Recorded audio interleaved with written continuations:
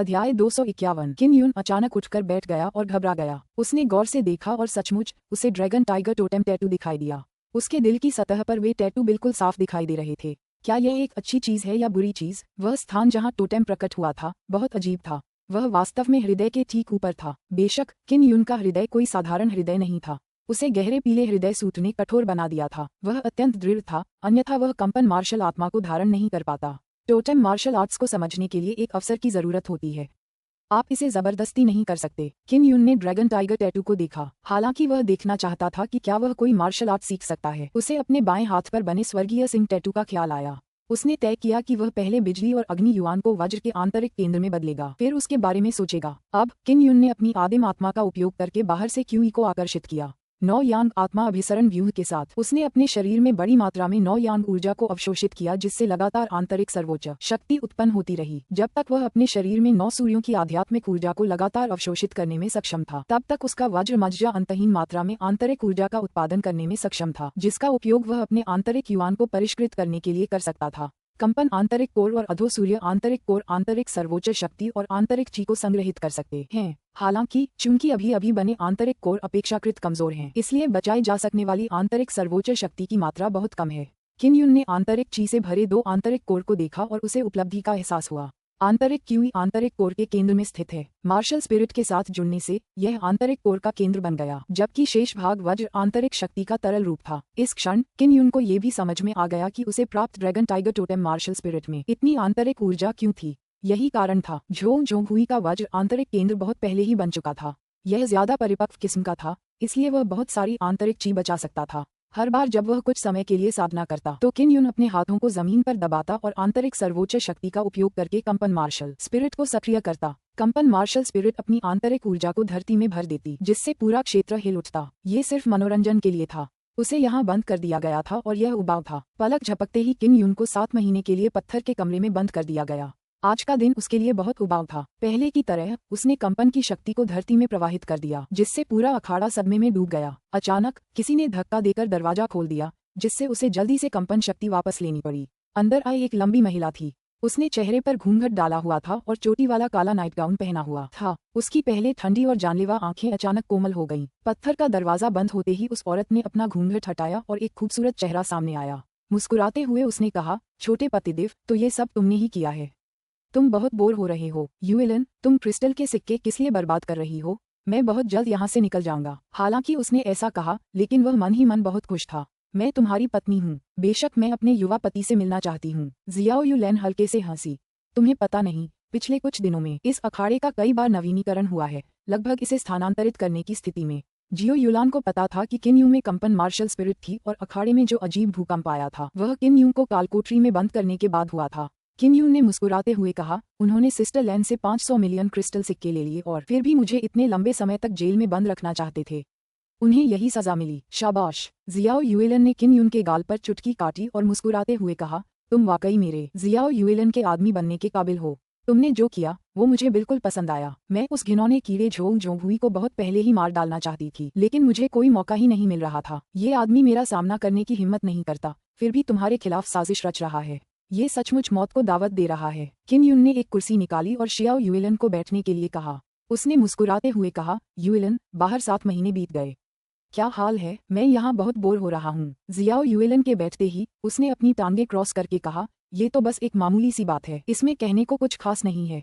Blue spirit star palace ने एक genius अकादमी बनाई है, इसलिए इस पर ज्यादा ध्यान देना जरूरी है। जीनियस अकादमी? किन यून ने भौहें चढ़ाते हुए कहा, क्या ये स्वर्ग की गौरव अकादमी से अलग है? जियो यू लैन ने उत्तर दिया, जीनियस अकादमी जियो यांगलोंग द्वारा प्रायोजित है। वह हेवंस प्राइड अकादमी के आधे से ज्यादा लोगों को ब्लू स्पिरिट स्टार पैलेस में लेकर आए थे। फिलहाल हेवंस प्राइड अकादमी के आधे से ज्यादा लोग अभी भी मौजूद हैं, यानी 25 प्रशिक्षक और प्रति प्रशिक्षक 4 छात्र। मैंने सुना है कि 3-4 महीनों में जीनियस अकादमी और हेवंस प्राइड अकादमी के बीच एक भव्य प्रतियोगिता होगी। अगर आप जीतते हैं तो हर छात्र को 100 मिलियन जुआन पॉइंट मिलेंगे। बिना किसी संदेह के हमारी हेवंस प्राइड अकादमी जीतेगी। किन यून ने आत्मविश्वास से कहा, 100 मिलियन जुआन अंक वास्तव में एक बड़ी राशि है। ऐसा हो भी सकता है या नहीं? जीनियस अकादमी ब्लू स्पिरिट वेस्ट पैलेस में है। जब ऐसा होगा तो वे निश्चित रूप से कुछ 9वें स्तर के मार्शल बॉडी शिष्यों के साथ अदला बदली करेंगे। जियाओ यूलान ने आधी कुर्सी निकाली और किन यून को खींचकर बैठा दिया। उसने पूछा, क्या तुम 9वें स्तर के मार्शल बॉडी क्षेत्र में प्रवेश कर चुके हो? मुझे 9वें स्तर के मार्शल बॉडी क्षेत्र में माना जा सकता है। मैं इसे इस तरह कहूंगा, मेरे पास मूल रूप से 3 आंतरिक युआन थे, लेकिन अब उनमें से 2 वज्र आंतरिक कोर में बदल गए हैं। किन युन ने हंसते हुए हिम्मत करके जियो युएलन को उठाया और उसे अपनी गोद में बैठने दिया। जियाओ युलान किन युन की जांघ पर बैठ गई और उसकी छाती से लग गई। उसने आश्चर्य से कहा, तुम्हारे पास भी 3 मार्शल स्पिरिट हैं?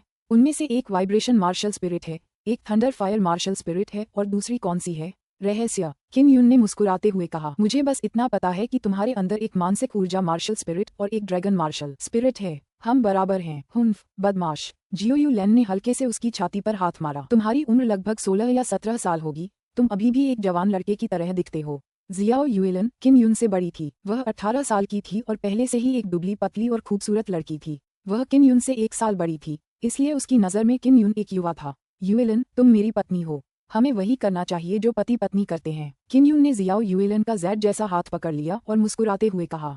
जियो युएलन ने अपना सिर उठाया और उसकी ओर देखा, आकर्षक मुस्कान के साथ, और फिर उसके होंठों को चूमा। क्या ये ठीक है? फिर से किन युन ने अपने होंठ चाटते हुए हंसते हुए कहा। जैसी कि उम्मीद थी, जियाओ युएलन ने एक बार फिर उसे चूमा। फिर अनजाने में ही दोनों एक दूसरे से लिपट गए और दोनों ने एक दूसरे को बहुत ही अजीब तरीके से चूमा। कुछ ही क्षणों बाद किन युन संतुष्ट हो गया। जियाओ युएलन का सुंदर चेहरा शर्मा गया जब उसने किन युन का आलिंगन छोड़ा।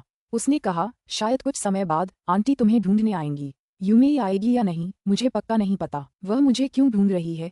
किन युन ने पूछा। तियान जियाओ सम्राट मकबरा। जियाओ युएलन ने गंभीरता से कहा। वह चाहती है कि आप उसके साथ तियान जियाओ सम्राट मकबरे तक चलें। वह अचानक तियान जियाओ सम्राट के मकबरे पर जाने के बारे में क्यों सोच रही है? क्या तुम मेरे साथ नहीं आ रही हो? किन युन को यह अजीब लगा और उसने पूछा। जियाओ युएलन ने जवाब दिया, मैं ब्लू स्पिरिट सेंट पैलेस में बहुत व्यस्त हूँ। मैं सारा दिन दौड़ती रहती हूँ और हर जगह जादुई जानवरों को मारती रहती हूँ। मैं बस यहाँ से गुजर रही थी, इसलिए आपसे मिलने आई हूँ। चाची तियान जियाओ सम्राट के मकबरे को देखने जा रही हैं। उन्होंने कहा था कि उन्हें कुछ पुष्टि करनी है। युएलन, अगर तुम बड़े भाई जी को देखो तो मुझे उससे पूछने में मदद करो कि क्या वह खाली है। अगर वह खाली है तो हमारे साथ तियान रोअ सम्राट के मकबरे पर चलो। वह ये भी जानता है कि मेरे पास तियान शियाओ सम्राट के मकबरे की चाबी है। इसके अलावा शुरुआत में ही हमारी वहाँ साथ जाने की अपॉइंटमेंट हो गई थी। किन युन ने सिर हिलाया। उसे समय ही नहीं मिलना चाहिए। मेरे पास तो जाने का भी समय नहीं है। उसकी तो बात ही छोड़ो। तुम्हारा ये बॉस जी वाकई कमाल का है। हालांकि उसके पास सिर्फ एक हाथ है, फिर भी वह ब्लू स्पिरिट सेंट पैलेस में बेहद ताकतवर है, इसलिए सबसे ज्यादा समस्याएं उसी की हैं। जियाओ युएलन ने कहा। जियाओ युएलन दरवाजे तक गई और अचानक पलटी। 1 साल से कुछ ज्यादा समय में तुम जियाओ यांगलोंग को चुनौती दोगे? तुम इस आदमी को मार पाओगे या नहीं, ये सब तुम पर निर्भर करता है। वैसे भी मेरे पास उसे कुछ भी करने का मौका नहीं है। वह हर मोड़ पर मुझसे सावधान रहता है। उसे डर है कि मैं उस पर पूरी तरह से टूट पड़ूंगी। चिंता मत करो, मैं निश्चित रूप से उससे छुटकारा पा लूंगा। किन युन मुस्कुराया। जियो युएलन ने उस पर मुस्कुराकर पत्थर के दरवाजे पर दस्तक दी और बाहर खड़े लोगों से उसे खोलने के लिए कहा। किन युन जल्दी से 9 यान आत्मा अभिसरण व्यूह की ओर दौड़ा और बीच में बैठ गया। उसने साधना के लिए इस अवसर का लाभ उठाया। वह पिछले कुछ महीनों से 9 यान आत्मा अभिसरण व्यूह का प्रयोग कर रहा था और उसने बहुत सारी आंतरिक क्यूई को संघनित कर लिया था। उसने वज्र और अग्नि आंतरिक युआन को लगभग एक आंतरिक केंद्र में बदल दिया था। साधना करते समय शियाओ युएलन के साथ हुए अपने चुंबन के बारे में सोचते हुए वह अपने हृदय में खुशी और मधुरता महसूस करने से खुद को नहीं रोक सका और मुस्कुराया। कुछ समय तक आंतरिक सर्वोच्च शक्ति की साधना करने के बाद किन युन आराम करता और बिजली और अग्नि युआन को आंतरिक सर्वोच्च शक्ति को अवशोषित और पचाने देता।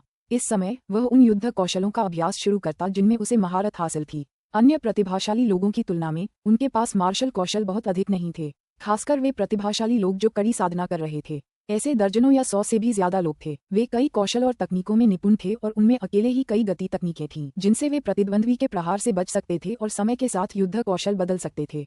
किन युन के पास केवल अग्नि मेघ चरण गति तकनीक थी। शुक्र है उसकी बोध शक्ति बहुत तेज थी, जिससे वह अग्नि मेघ चरण साधना के बाद पूर्णता अवस्था तक पहुंचने के लिए बहुत जल्दी आकाश में उड़ने में सक्षम हो गया। अब वह अग्नि मेघ चरणों का अभ्यास कर रहा था। वज्र की आंतरिक शक्ति और अपनी सर्वोच्च आंतरिक शक्ति का उपयोग करके वह अपनी गति को काफी बढ़ा सकता था। पहले वह 100 मीटर प्रति सेकंड की गति से भी नहीं दौड़ सकता था, लेकिन अब वह लगभग 200 मीटर प्रति सेकंड की गति से दौड़ सकता था। अगर वह अपनी आंतरिक सर्वोच्च शक्ति का उपयोग अग्नि मेघ चरणों के प्रयोग के लिए करता तो वह पूर्णता के शिखर तक पहुंच सकता था। 9वें स्तर के मार्शल बॉडी क्षेत्र में उसकी गति 200 मीटर प्रति सेकंड तक पहुंच सकती थी, जो बहुत तेज थी। ऐसा लगता है कि अगर मुझे किसी मार्शल आर्ट कौशल को पूर्णता की पराकाष्ठा तक पहुंचाना है तो मेरे पास पर्याप्त मात्रा में आंतरिक परम शक्ति होनी चाहिए। किन युन अब समझ गया था कि यह बात ज्यादातर मार्शल आर्ट तकनीकों के लिए सच है।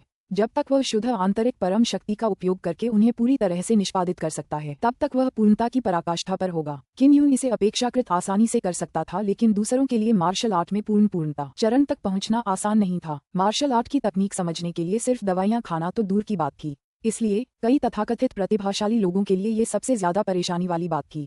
किन यून भी अकेलेपन को सहन करने में माहिर थे। 10 साल की उम्र में वे अपंग हो गए थे, लेकिन उन्होंने 5 साल अकेले ही गुजारे थे। अब जब वह 10 महीने के लिए जेल में बंद था तो उसके लिए यह कोई मायने नहीं रखता था। इसके अलावा उसे बहुत सारी मार्शल आर्ट सीखनी थी और गुजारा करना आसान था। जल्द ही 3 महीने बीत गए। किन यून 10 महीने तक कालकोठरी में रहा था। आखिरकार वह बाहर निकल सका। जब वह अनजाने में साधना कर रहा था तो अचानक किन यून को पत्थर का दरवाजा खुला हुआ महसूस हुआ। मुझसे मिलने कौन आया था, उसने सोचा। किन यून सजा पूरी करने के बाद रिहा कर दिया गया। दरवाजा खोलने वाले आदमी ने चिल्लाकर कहा, टीएल नोट, इस अध्याय को ठीक करना बहुत कठिन है। मुझे ये जानने के लिए कई बार ऑनलाइन शब्दकोशों को खंगालना पड़ा कि क्या वे महारत चरण या पूर्णता चरण या महान पूर्णता चरण के बारे में बात कर रहे हैं। इन सभी अंग्रेजी शब्दों को एक ही चीनी प्रतीक के साथ लिखा जा सकता है और वे वास्तव में एक ही प्रतीक के साथ लिखे गए थे। बहुत भ्रमित करने वाला। मैं वास्तविक अनुवादकों की सराहना करता हूँ। चीनी सीखना एक बड़ी यातना रही होगी। अध्याय 252। किन यून दंग रह गया। उसने कभी सोचा भी नहीं था कि वह इतनी जल्दी 10 महीने तक जीवित रह पाएगा। उसने अपनी बाईं बांह की ओर देखा और पाया कि उसके अंदर की वज्र और अग्नि तत्व ऊर्जा 10 दिन से भी ज्यादा समय पहले वज्र के आंतरिक केंद्र में बदल गई थी। अभी वह एक मार्शल बॉडी लेवल 9 मार्शल कलाकार था जिसके पास 3 वज्र इनर कोर थे। उन्होंने जमीन से 9 यांग स्पिरिट कन्वर्जेंस एरे को उठाया, फिर पत्थर के कमरे के चारों ओर देखा और मुस्कुराते हुए कहा, अलविदा, मैं फिर कभी वापस नहीं आऊंगा। किन यून पत्थर के कमरे से बाहर चला गया और अधेड़ उम्र के आदमी के पीछे पीछे कालकोठरी से बाहर चला गया। तहखाने से ऊपर आकर वह अभी भी अखाड़े के अंदर था। वह जल्दी से अखाड़े के हॉल में गया और एक कमरा किराए पर लिया। अंदर जाकर उसने अच्छी तरह नहाया, साफ सफेद कपड़े पहने और अपने बाल संवारे। 10 महीने उस जेल में रहने के बाद उसका रंग काफी गोरा हो गया था। साफ सुथरे सफेद कपड़े पहनने के बाद वह बहुत ऊर्जावान, सुंदर, तेजस्वी और शांत दिखने लगा था। किन यून अपने कमरे से निकलकर अखाड़े के हॉल में आया।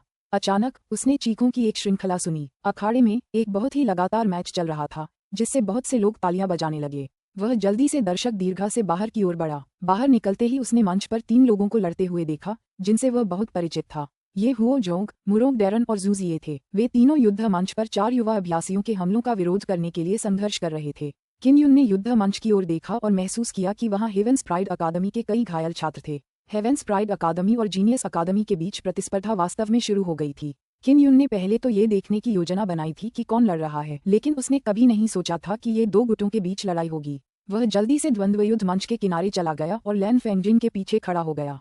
लैन फेंगजिन का चेहरा चिंता से भरा था। उसने द्वंद्व युद्ध मंच की ओर देखा, लेकिन किन यून के आने पर ध्यान नहीं दिया। जहां तक हेवेंस प्राइड अकादमी के छात्रों और प्रशिक्षकों का सवाल है, वे निराशा से भर गए। जब उन्होंने किन यून को देखा तो अचानक उनकी आंखों में आशा की एक झलक दिखाई दी। बहन लैन, अब क्या स्थिति है? किन यून ने जीनियस अकादमी के छात्रों की ओर देखा। वे युद्ध मंच के दूसरी ओर थे और उनमें से ज्यादातर घायल नहीं थे। लैन फेंगजिन ने जब किन यून को देखा तो वह बहुत खुश हुई। उसने जल्दी से हुओ जोंग और उसके साथियों पर चिल्लाते हुए कहा, किन यून बाहर हैं, तुम सब जल्दी से मंच से उतर जाओ। हुओ जोंग और बाकी दोनों के शरीर पर कमोबेश कुछ चोटें थीं। इसके अलावा वे बेहद थके हुए लग रहे थे, मानो उन्होंने कई मार्शल आर्ट प्रतियोगिताओं का अनुभव किया हो। लैन फेंगजिन की बातें सुनते ही वे जल्दी से युद्ध मंच से चले गए। उनमें से हर एक इतना थक गया था कि उसकी सांस फूल रही थी। किन यून उलझन में था।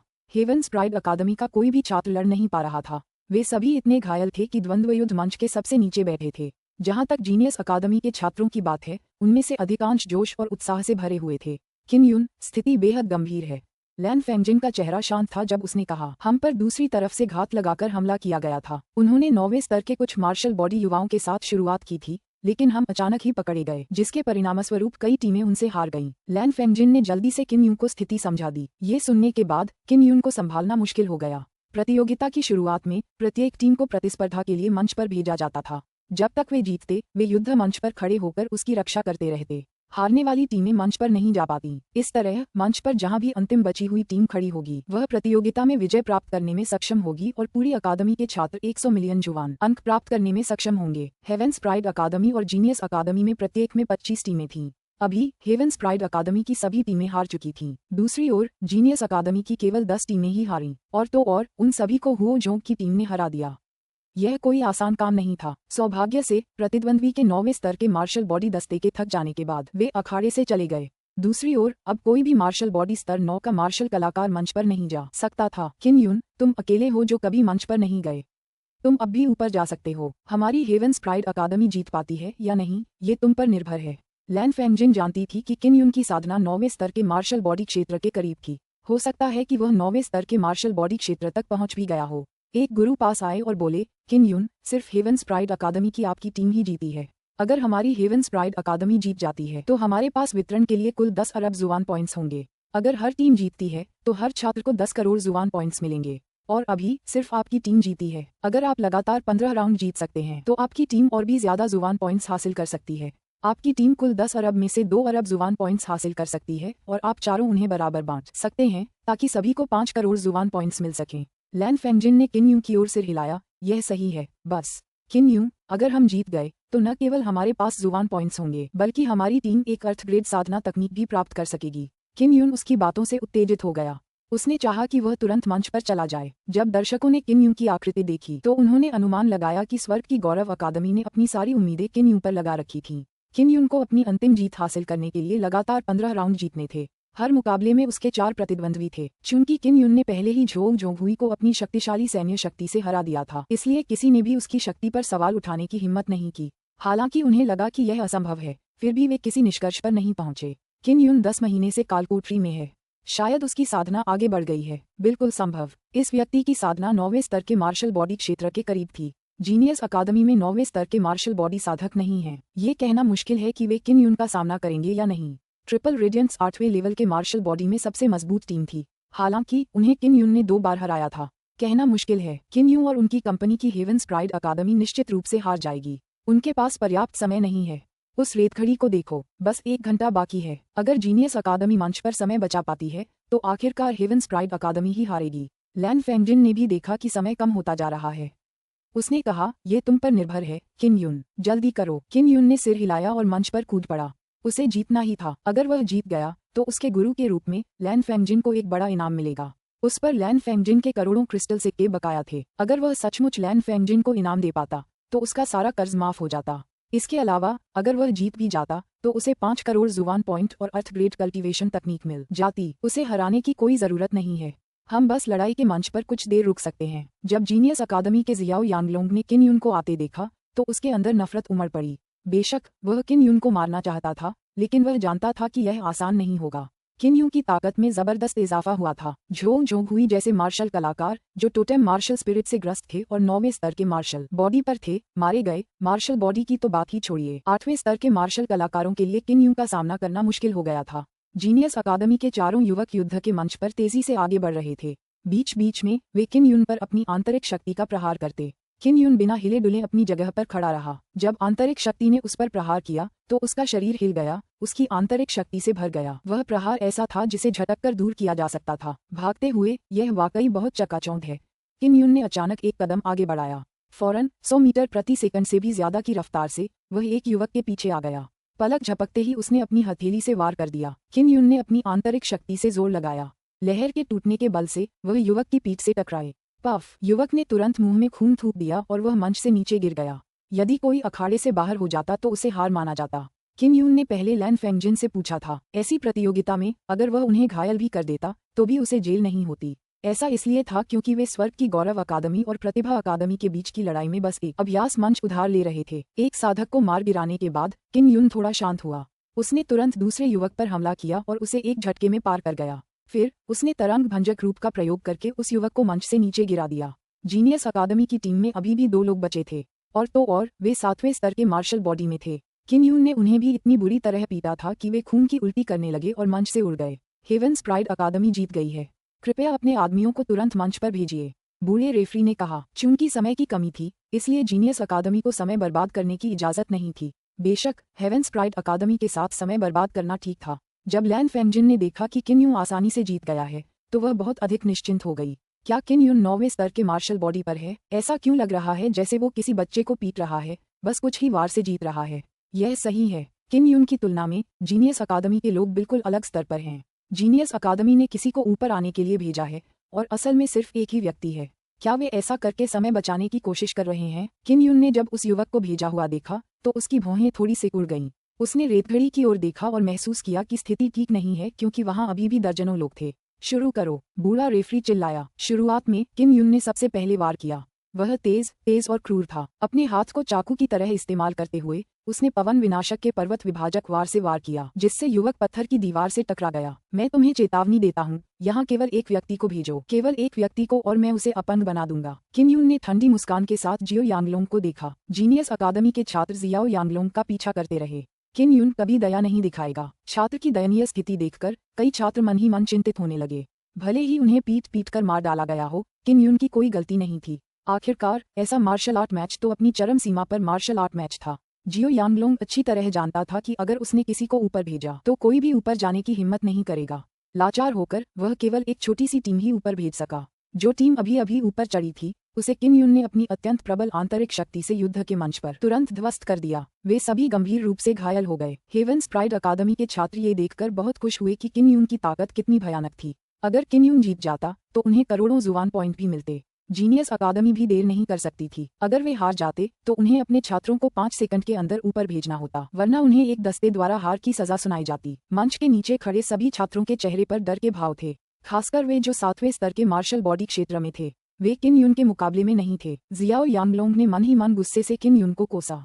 अगर किम युन को एक और दिन के लिए बंद कर दिया जाता तो वे जीत जाते। हालांकि किम युन को सबसे महत्वपूर्ण क्षण में बाहर आना पड़ा। जो टीम ऊपर गई थी वह 10 सेकंड से अधिक समय तक नहीं टिक पाई थी और सभी गंभीर रूप से घायल हो गए थे। जीनियस अकादमी की ओर से 5 छोटी टीमें लगातार उड़ती हुई भेजी गईं, सभी गंभीर रूप से घायल हो गईं।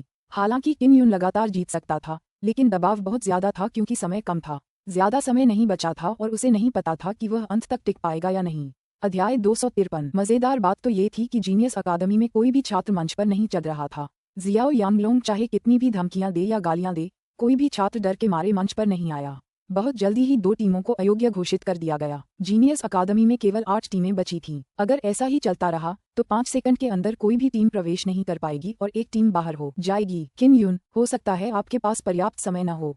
ऐसा क्यों न हो, मैं बाकी टीमों को एक साथ भेज दूं। इस तरह आपको समय की कमी की चिंता नहीं करनी पड़ेगी। जियो यांगलोंग ने रेतघड़ी की तरफ देखा। वह भी उस पर दांव लगा रहा था क्योंकि कोई नहीं जानता था कि किम युन बिना लड़ाई के जीत जाएगा या जीनियस अकादमी रेतघड़ी खत्म होने पर समय के साथ जीतने में कामयाब हो जाएगी। ठीक है, अपनी 8 टुकड़ियां भेज दो, किम युन ने कहा। अगर दोनों पक्ष सहमत हों तो इसकी इजाजत थी। 8 दस्तों में लगभग 30 लोग थे। इन छात्रों में डरने की कोई बात नहीं थी, इसलिए वे सब उछल पड़े। किम युन अकेले ही 8 टीमों के खिलाफ लड़ने जा रहा था। क्या किम युन जरूरत से ज्यादा आत्मविश्वासी नहीं है? अगर वह नहीं मानता और जीनियस अकादमी से कोई भी उसे पकड़ने नहीं आता तो टीम एक एक करके अयोग्य घोषित हो जाएगी और वे निश्चित रूप से समय पर जीत हासिल कर लेंगे। यह सही है। किम युन खुद को ज्यादा आंक रहा है। जरूरी नहीं है, क्योंकि कोई भी सही अनुमान नहीं लगा सकता कि अंतिम क्षण में कितने लोग बचे हैं। अगर किम युन जीत जाए तो ये बहुत भयानक होगा। 8वें स्तर के मार्शल बॉडी में कम से कम 5 और हैं। हालांकि बाकी सभी 7वें स्तर के मार्शल बॉडी क्षेत्र में हैं, फिर भी वे निश्चित रूप से उपयोगी होंगे। किम युन को हार जाना चाहिए था।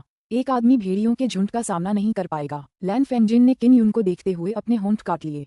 सफलता या असफलता एक ही वार पर निर्भर थी। यांगलोंग को लगा कि नतीजा पहले ही तय हो चुका है। उसकी नजर में अगर वह 9वें स्तर के मार्शल बॉडी क्षेत्र का कोई व्यक्ति भी होता तो भी वह इतने लोगों को नहीं हरा पाता। ये तो पता ही था कि ये सभी छात्र बहुत ही प्रतिभाशाली थे। खास तौर पर विशेष प्रशिक्षण के बाद उनके हर पहलू में काफी निखार आया था। मार्शल आर्ट प्रतियोगिता शुरू हुई। जीनियस अकादमी के छात्रों ने अपनी आंतरिक वज्र शक्ति का उपयोग कर किम युन पर पागलपन से हमला करना शुरू कर दिया। वे विशाल द्वंद्वयुद्ध मंच पर बिखरे हुए थे। इससे वे न केवल अपने साथियों को अनजाने में घायल कर पाए, बल्कि किम युन को एक साथ बड़ी संख्या में उन पर हमला करने से भी रोका जा सका। किम युन हवा में उछला और उसने आंतरिक शक्ति के उन असंख्य झटकों को चकमा दिया जो अचानक उस पर टूट पड़े थे। रुको! आंतरिक शक्ति के अनगिनत समूह एक दूसरे से टकराए, जिससे विस्फोटों और चंपों की ऐसी बौछारें हुई कि पूरा युद्ध मंच ढक गया। आंतरिक शक्ति की यह लहर आसमान में तेजी से फैल गई, पूरे क्षेत्र को घेर लिया और किसी को भी यह सुनने से रोक दिया कि वे क्या कह रहे थे। ऐसा भव्य दृश्य देखकर सभी लोग प्रसन्नता से झूम उठे। सबने किम युन को देखा जो हवा में उछल पड़ा था। उन्हें लगा कि वह बहुत बेवकूफ है क्योंकि हवा में निशाना बनना बहुत आसान था और हमला करना भी ज्यादा सुविधाजनक था। जमीन पर मौजूद जीनियस अकादमी के छात्रों ने किम युन को मुठ्ठियां भींचते देखा और उस पर हमला करना चाहते थे, लेकिन उन्होंने देखा कि किम युन ने अपना हाथ उठाया और जमीन पर हथौड़े का एक जोरदार वार किया। उन्होंने फोजिंग ड्रैगन की छठी चाल हेवन स्मिटिंग का उपयोग करते हुए हमला करने के लिए अपने हाथ को एक विशाल हथौड़े के रूप में इस्तेमाल किया। भयानक बात ये थी कि उसने अपनी आंतरिक सर्वोच्च शक्ति का उपयोग सुनामी कला को क्रियान्वित करने के लिए किया था, जिससे शॉकवेव उत्पन्न हुई, और उसने शॉकवेव का उपयोग करके फोजिंग ड्रैगन कौशल की छठी चाल हेवंस मीटिंग का प्रदर्शन किया। सुनामी तकनीक पहले ही पूर्णता तक पहुंच चुकी थी। एक बार इसका इस्तेमाल करने पर धरती हिल जाती और पहाड़ हिल जाते। फोजिंग ड्रैगन के स्वर्ग विनाशक के अलावा इसमें निहित अनंत शक्ति अद्भुत थी। ऐसा लग रहा था मानो धरती हिल रही हो और पहाड़ हिल रहे हों। ऐसा लग रहा था मानो आकाश धरती को चीर रहा हो। उसकी आंतरिक सर्वोच्च शक्ति का शक्तिशाली प्रहार किम युन की स्वर्गीय सिंह भुजा को तीव्र पीड़ा पहुंचाने के लिए पर्याप्त था। हालांकि उसकी भुजा में वज्र का आंतरिक केंद्र था, फिर भी वह शक्ति से फट गई। किम युन ने आंतरिक शक्ति की गेंद से जो बल प्रयोग किया था वह जमीन पर गिरते ही बिखर गया। बूम! सुनामी की विनाशकारी शक्ति कांसे के युद्ध मंच पर पड़ी, जिससे धरती हिल गई। पूरा युद्ध क्षेत्र स्तब्ध रह गया। करुण चीखें गूंज उठीं। युद्ध मंच पर मौजूद लगभग 30 छात्र इस भयानक शक्ति से स्तब्ध रह गए। उनके शरीर अचानक फट गए और वे युद्ध मंच से बाहर उड़ गए। उनके घावों से खून टपक रहा था। हवा की इस भयावह लहर ने उसकी आभा को कम नहीं किया। उसने जो प्रचंड हवा की लहर पैदा की वह मंच के स्पिरिट फॉर्मेशन से बाहर निकलकर एक बेहद प्रचंड तूफान बन गई। ये चारों दिशाओं में बह गई और कई लोगों को बार बार चीखने पर मजबूर कर दिया। और सबसे भयावह बात ये थी कि सुनामी तकनीक की प्रघात तरंगें लगातार युद्ध मंच पर प्रहार कर रही थीं। लगातार 10 प्रहारों से उत्पन्न प्रघात तरंगें युद्ध मंच के भीतरी भाग में फैल गईं, जिससे युद्ध मंच के आसपास की जमीन पर दरारें पड़ गईं। कंपन की शक्ति का प्रवेश अत्यंत प्रबल था। जमीन पर गिरने के बाद हिलता हुआ अखाड़ा ढह गया और दर्शक दीर्घाएं टूट गईं। यह अखाड़ा पहले ही एक खतरनाक स्थिति में पहुंच चुका था, मानो कभी भी पूरी तरह ढह सकता हो। किम युन धीरे से जमीन पर उतरा और एक हाथ से स्वर्गीय सिंह का हाथ पकड़ लिया। वह थोड़ा हाँफते हुए बोला, क्या हम जीत गए? नजारा एकदम अस्त व्यस्त था। तेज हवा थमने के बाद हर कोई इस विशाल अखाड़े को देखकर डर से भर गया। द्वंद्व मंच के आसपास मौजूद लोग बेहद दयनीय स्थिति में थे। उनके बाल बिखरे हुए थे और वे किम युन को देखकर हैरान थे। जियाओ यांगलोंग घबरा गया और गुस्से से भर गया। किम युन की ताकत ने उसे पहले ही थोड़ा डर का एहसास करा दिया था। आंतरिक सर्वोच्च शक्ति, आंतरिक सर्वोच्च शक्ति। किम युन 9वें स्तर के मार्शल बॉडी पर है। क्या वो सुनामी कौशल अभी था? किंवदंती है कि आंतरिक सर्वोच्च शक्ति का उपयोग करके किसी मार्शल कौशल का उपयोग करना पूर्णता का क्षेत्र है और उसने ऐसा कर दिखाया है। 9वें स्तर का मार्शल बॉडी और किम युन अपनी सुनामी तकनीक में पूर्ण निपुणता प्राप्त कर चुके हैं। ये शक्ति बहुत भयानक है। जब उन्हें पता चला कि किम युन 9वें स्तर का मार्शल बॉडी साधक था तो अखाड़े में एक बार फिर हंगामा मच गया। कुछ उप प्रधानाचार्यों और शिक्षकों ने जब यह महसूस किया तो वे नीचे की गंदगी भरी स्थिति को देखकर हैरान रह गए। अखाड़े के ऊपर अभी भी आंतरिक परम शक्ति बची हुई थी। इसका मतलब था कि किसी ने युद्ध कौशल दिखाने के लिए आंतरिक परम शक्ति का इस्तेमाल किया था। लैन फेंगजिन की आंखें चौड़ी हो गईं क्योंकि उसे विश्वास नहीं हो रहा था कि उसके सामने क्या हो रहा है। उसने खुद किसी को अपनी आंतरिक सर्वोच्च शक्ति के साथ जुबान स्तर की मार्शल आर्ट का प्रदर्शन करते देखा था। इस तरह की शक्ति बेहद डरावनी थी। जब अखाड़े के प्रभारी बुजुर्गों ने अखाड़े को इस हालत में देखा तो उन्हें बहुत दुख हुआ, लेकिन साथ ही वे चिंतित भी हुए। ये सब किम युन की वजह से हुआ था। स्वर्ग की गौरव अकादमी जीत गई। धूल से भरे सिर वाले बूढ़े रेफरी ने आश्चर्यचकित भाव से जोर से चिल्लाया। कुछ देर तक दृश्य शांत रहने के बाद चीख पुकार मच गई। उनमें से हेवेंस प्राइड अकादमी के घायल छात्र सबसे ऊंची आवाज में चिल्ला रहे थे। अंतिम क्षण में किम युन के आगमन ने स्थिति बदल दी। जहां तक जीनियस अकादमी के लोगों की बात है, वे घायल छात्रों की देखभाल में व्यस्त थे। आखिरकार वे ही सबसे ज्यादा घायल हुए और स्वर्ग को चुनौती देने वाली सुनामी की चपेट में आने के बाद मुश्किल से जिंदा बचे। जियाओ यांगलोंग की क्रूर आंखें अंतहीन क्रोध से भरी थीं जब उसने किम युन को देखा, जो मंच पर सीधा खड़ा था। अखाड़े में एक भयानक हत्या का इरादा उमड़ पड़ा। मूल रूप से उनकी जीनियस अकादमी जीतने वाली थी। उस समय न केवल उन्हें, जियाओ यांगलोंग को, छात्रों के इस समूह का स्नेह प्राप्त होगा, बल्कि एक संरक्षक के रूप में उन्हें उदार पुरस्कार भी मिलेंगे। लेकिन अब उसके अनुयायी बनने के इच्छुक ज्यादातर छात्र किम युन द्वारा नष्ट कर दिए गए थे। इसके अलावा वह इनाम भी गंवा चुका था। यह अजीब होगा अगर जियो यांगलोंग नाराज न हो। पहले कई लोगों ने सोचा था कि किम युन ने जियाओ यांगलोंग को अंडों की लड़ाई के लिए चुनौती दी है, लेकिन अब किसी ने ये कहने की हिम्मत नहीं की कि अंतिम परिणाम क्या होगा। इस समय किम युन एक भयानक शक्ति प्रदर्शित कर रहा था। स्वर्ग की गौरव अकादमी की जीत के बाद छात्र अपने पुरस्कार लेने एक बूढ़े व्यक्ति के पास जाएंगे। किम युन द्वंद्वयुद्ध मंच से नीचे उतरा और हुओ जोंग और उसके साथियों की ओर बढ़ा। भाई यूं, शाबाश। स्टार जुआन वो अकादमी में बहुत सारे छात्र हैं, लेकिन मैं सिर्फ आपकी प्रशंसा करता हूँ। मुरोक डेरिन ने मुस्कुराते हुए कहा और पास आया। भाई यूं, आपकी बदौलत हम दोनों ने 500 मिलियन जुबान अंक प्राप्त किए। हुओ जोंग भी बहुत खुश था। किम युन, ये सचमुच मेरी खुशकिस्मती है कि मैं तुमसे मिल पाया। जू जिये ने एक सहज और सुंदर मुस्कान बिखेरी, फिर धीरे से पूछा, क्या तुम्हारा हाथ ठीक है? तुमने जो शक्ति पहले प्रकट की थी उसे 9वें स्तर का मार्शल बॉडी झेल नहीं सकता था। कोई बात नहीं, मेरे पास स्वर्गीय सिंह भुजाएं हैं। किम युन उदासीनता से मुस्कुराया। मैंने कभी सोचा भी नहीं था कि कालकोठरी से बाहर आते ही मुझे इतनी अच्छी चीज मिल जाएगी जो मेरी बोरियत दूर कर देगी। मैंने इस दौरान 5 करोड़ जुबान पॉइंट भी कमाए। उसी समय कई छात्र किम युन को धन्यवाद देने और उनकी टीम को बधाई देने आए। लैन फेंगजिन ने प्रसन्नता से मुस्कुराते हुए किम यून से कहा, मेरे 500 मिलियन क्रिस्टल सिक्के व्यर्थ नहीं गए। चूंकि आपने मुझे मेंटर अवार्ड दिलाने के लिए इतनी मेहनत की है तो चलिए इसे माफ कर देते हैं। बहन लैन, वह इनाम क्या है? मुरोंग डेरिन ने उत्सुकता से पूछा। किम यून और कंपनी ने भी ऐसा ही किया और वे उत्सुकता से लैन फेंगजिन को देखने लगे। मार्शल स्पिरिट मार्शल तकनीक, एक रहस्यमय तकनीक। लैन फेंगजिन की आंखें उत्साह से भर गईं। किम यून और कंपनी ने गहरी सांस ली। रहस्यमय तकनीक एक मार्शल स्पिरिट मार्शल तकनीक है और अत्यंत दुर्लभ है। ये केवल पुस्तकों में ही दर्ज है। सबसे आश्चर्यजनक बात ये थी कि साधक अपनी मार्शल स्पिरिट का उपयोग रहस्यमय तकनीकों को करने के लिए कर सकते थे और इन तकनीकों के माध्यम से सभी प्रकार की विचित्र शक्तियों का प्रयोग कर सकते थे। उदाहरण के लिए, कुछ रहस्यमय तकनीकों से अग्नि मार्शल आत्मा विभिन्न रूपों में रूपांतरित हो सकती थी। अभिलेखों के अनुसार ऐसे मार्शल आर्ट साधक थे जो रहस्यमय तकनीकों का प्रयोग करके अग्नि मार्शल आत्मा को ज्वाला अश्व में बदल सकते थे, जिससे वे एक ही दिन में हजारों मील की यात्रा कर सकते थे। संक्षेप में, रहस्यमय तकनीकों को एक ऐसी तकनीक माना जा सकता है जो मार्शल स्पिरिट को रहस्यमय और शक्तिशाली बनाती है। अगर यह युद्ध प्रकार की रहस्यमय तकनीक होती तो यह और भी ज्यादा चौंकाने वाली होती। उसी स्तर के साधकों के लिए जिन्होंने रहस्यमय तकनीकों में महारत हासिल कर ली है, वे एक साथ 3 विरोधियों से लड़ने में सक्षम होते। कोई आश्चर्य नहीं कि जियो यांगलोंग मुझसे इतनी नफरत करता था। किम यून ने मुस्कुराते हुए कहा, मुझे अभी भी नहीं पता कि यह किस तरह की रहस्यमयी तकनीक है। मुझे इसे पहले ब्लू स्पिरिट स्टार पैलेस से इकट्ठा करना होगा। लैन फेंगजिन ने कहा, दरअसल हेवंस प्राइड अकादमी और जीनियस अकादमी बनाने के बाद सबसे बड़ा नुकसान अभी भी ब्लू स्पिरिट स्टार पैलेस का ही है। उन्होंने तो बस यही सोचा था कि अंतिम विजेता वे ही होंगे। जू जिये ने कहा, चलो वापस चलते हैं। लगता है ये जगह अब ढहने वाली है। भूकंप की वजह से पूरा अखाड़ा बहुत ढीला हो गया है। मुरोंग दारिन ने मुस्कुराते हुए कहा, भाई यून, आप कमाल के हैं। आपने इस 1000 साल पुराने अखाड़े को इस तरह की जगह बना दिया है। वे बूढ़े लोग आपसे बेइंतहा नफरत करते होंगे। सिस्टर लैन ने उन्हें 5 करोड़ क्रिस्टल सिक्के दिए थे, फिर भी उन्होंने मुझे 10 महीने के लिए जेल में बंद कर दिया। यही उनकी सजा है। किम यून ने नाराजगी भरे भाव से कहा। फिर उसने अपना जुबान पॉइंट क्रिस्टल कार्ड निकाला और 5 करोड़ जुबान पॉइंट्स के साथ साथ हर tier movement skill reward, mysterious star steps इकट्ठा किया और फिर हुओ जोंग और उसके साथियों के साथ अखाड़े से बाहर निकल गया। हेवंस प्राइड अकादमी की एक छोटी सी इमारत में किम यून अपने कमरे में आराम कर रहा था। उसने अपनी सारी आंतरिक ऊर्जा एक ही सांस में खर्च कर दी, जिससे वह बेहद थका हुआ महसूस कर रहा था। वापस आते ही वह जल्दी से सो गया। अध्याय 254। किम यून नींद से जागने के बाद हॉल में आया। लैन फेंगजिन हंसी, मैंने सोचा था कि हेवंस प्राइड अकादमी 2 साल तक खुली रहेगी, लेकिन ये तो खत्म ही हो गया। यह एक दुर्लभ भाग्य ही है जो हमें साथ लाया। जू जिये ने कहा, वापस लौटने के बाद मैं ब्लू स्पिरिट स्टार पैलेस के पूर्वी महल में जाऊंगा। किम यून, आप ब्लू स्पिरिट स्टार पैलेस में कब प्रवेश करेंगे? 1 या 2 साल में। जब समय आएगा मैं जियाओ यांगलोंग को चुनौती दूंगा। ब्लू स्पिरिट वेस्ट पैलेस में प्रवेश करूंगा और मुख्य शिष्य बनूंगा। किम यून हल्के से मुस्कुराया। अब आप सभी को मेरी ताकत पर शक नहीं करना चाहिए। भाई यून, तुम्हें सावधान रहना चाहिए। जियो यांगलोंग से निपटना इतना आसान नहीं है। मुरोंग दारिन ने किम यून को कड़ी चेतावनी दी। हुओ जोंग ने भी सिर हिलाया। जियाओ यांगलोंग की ताकत अथाह है।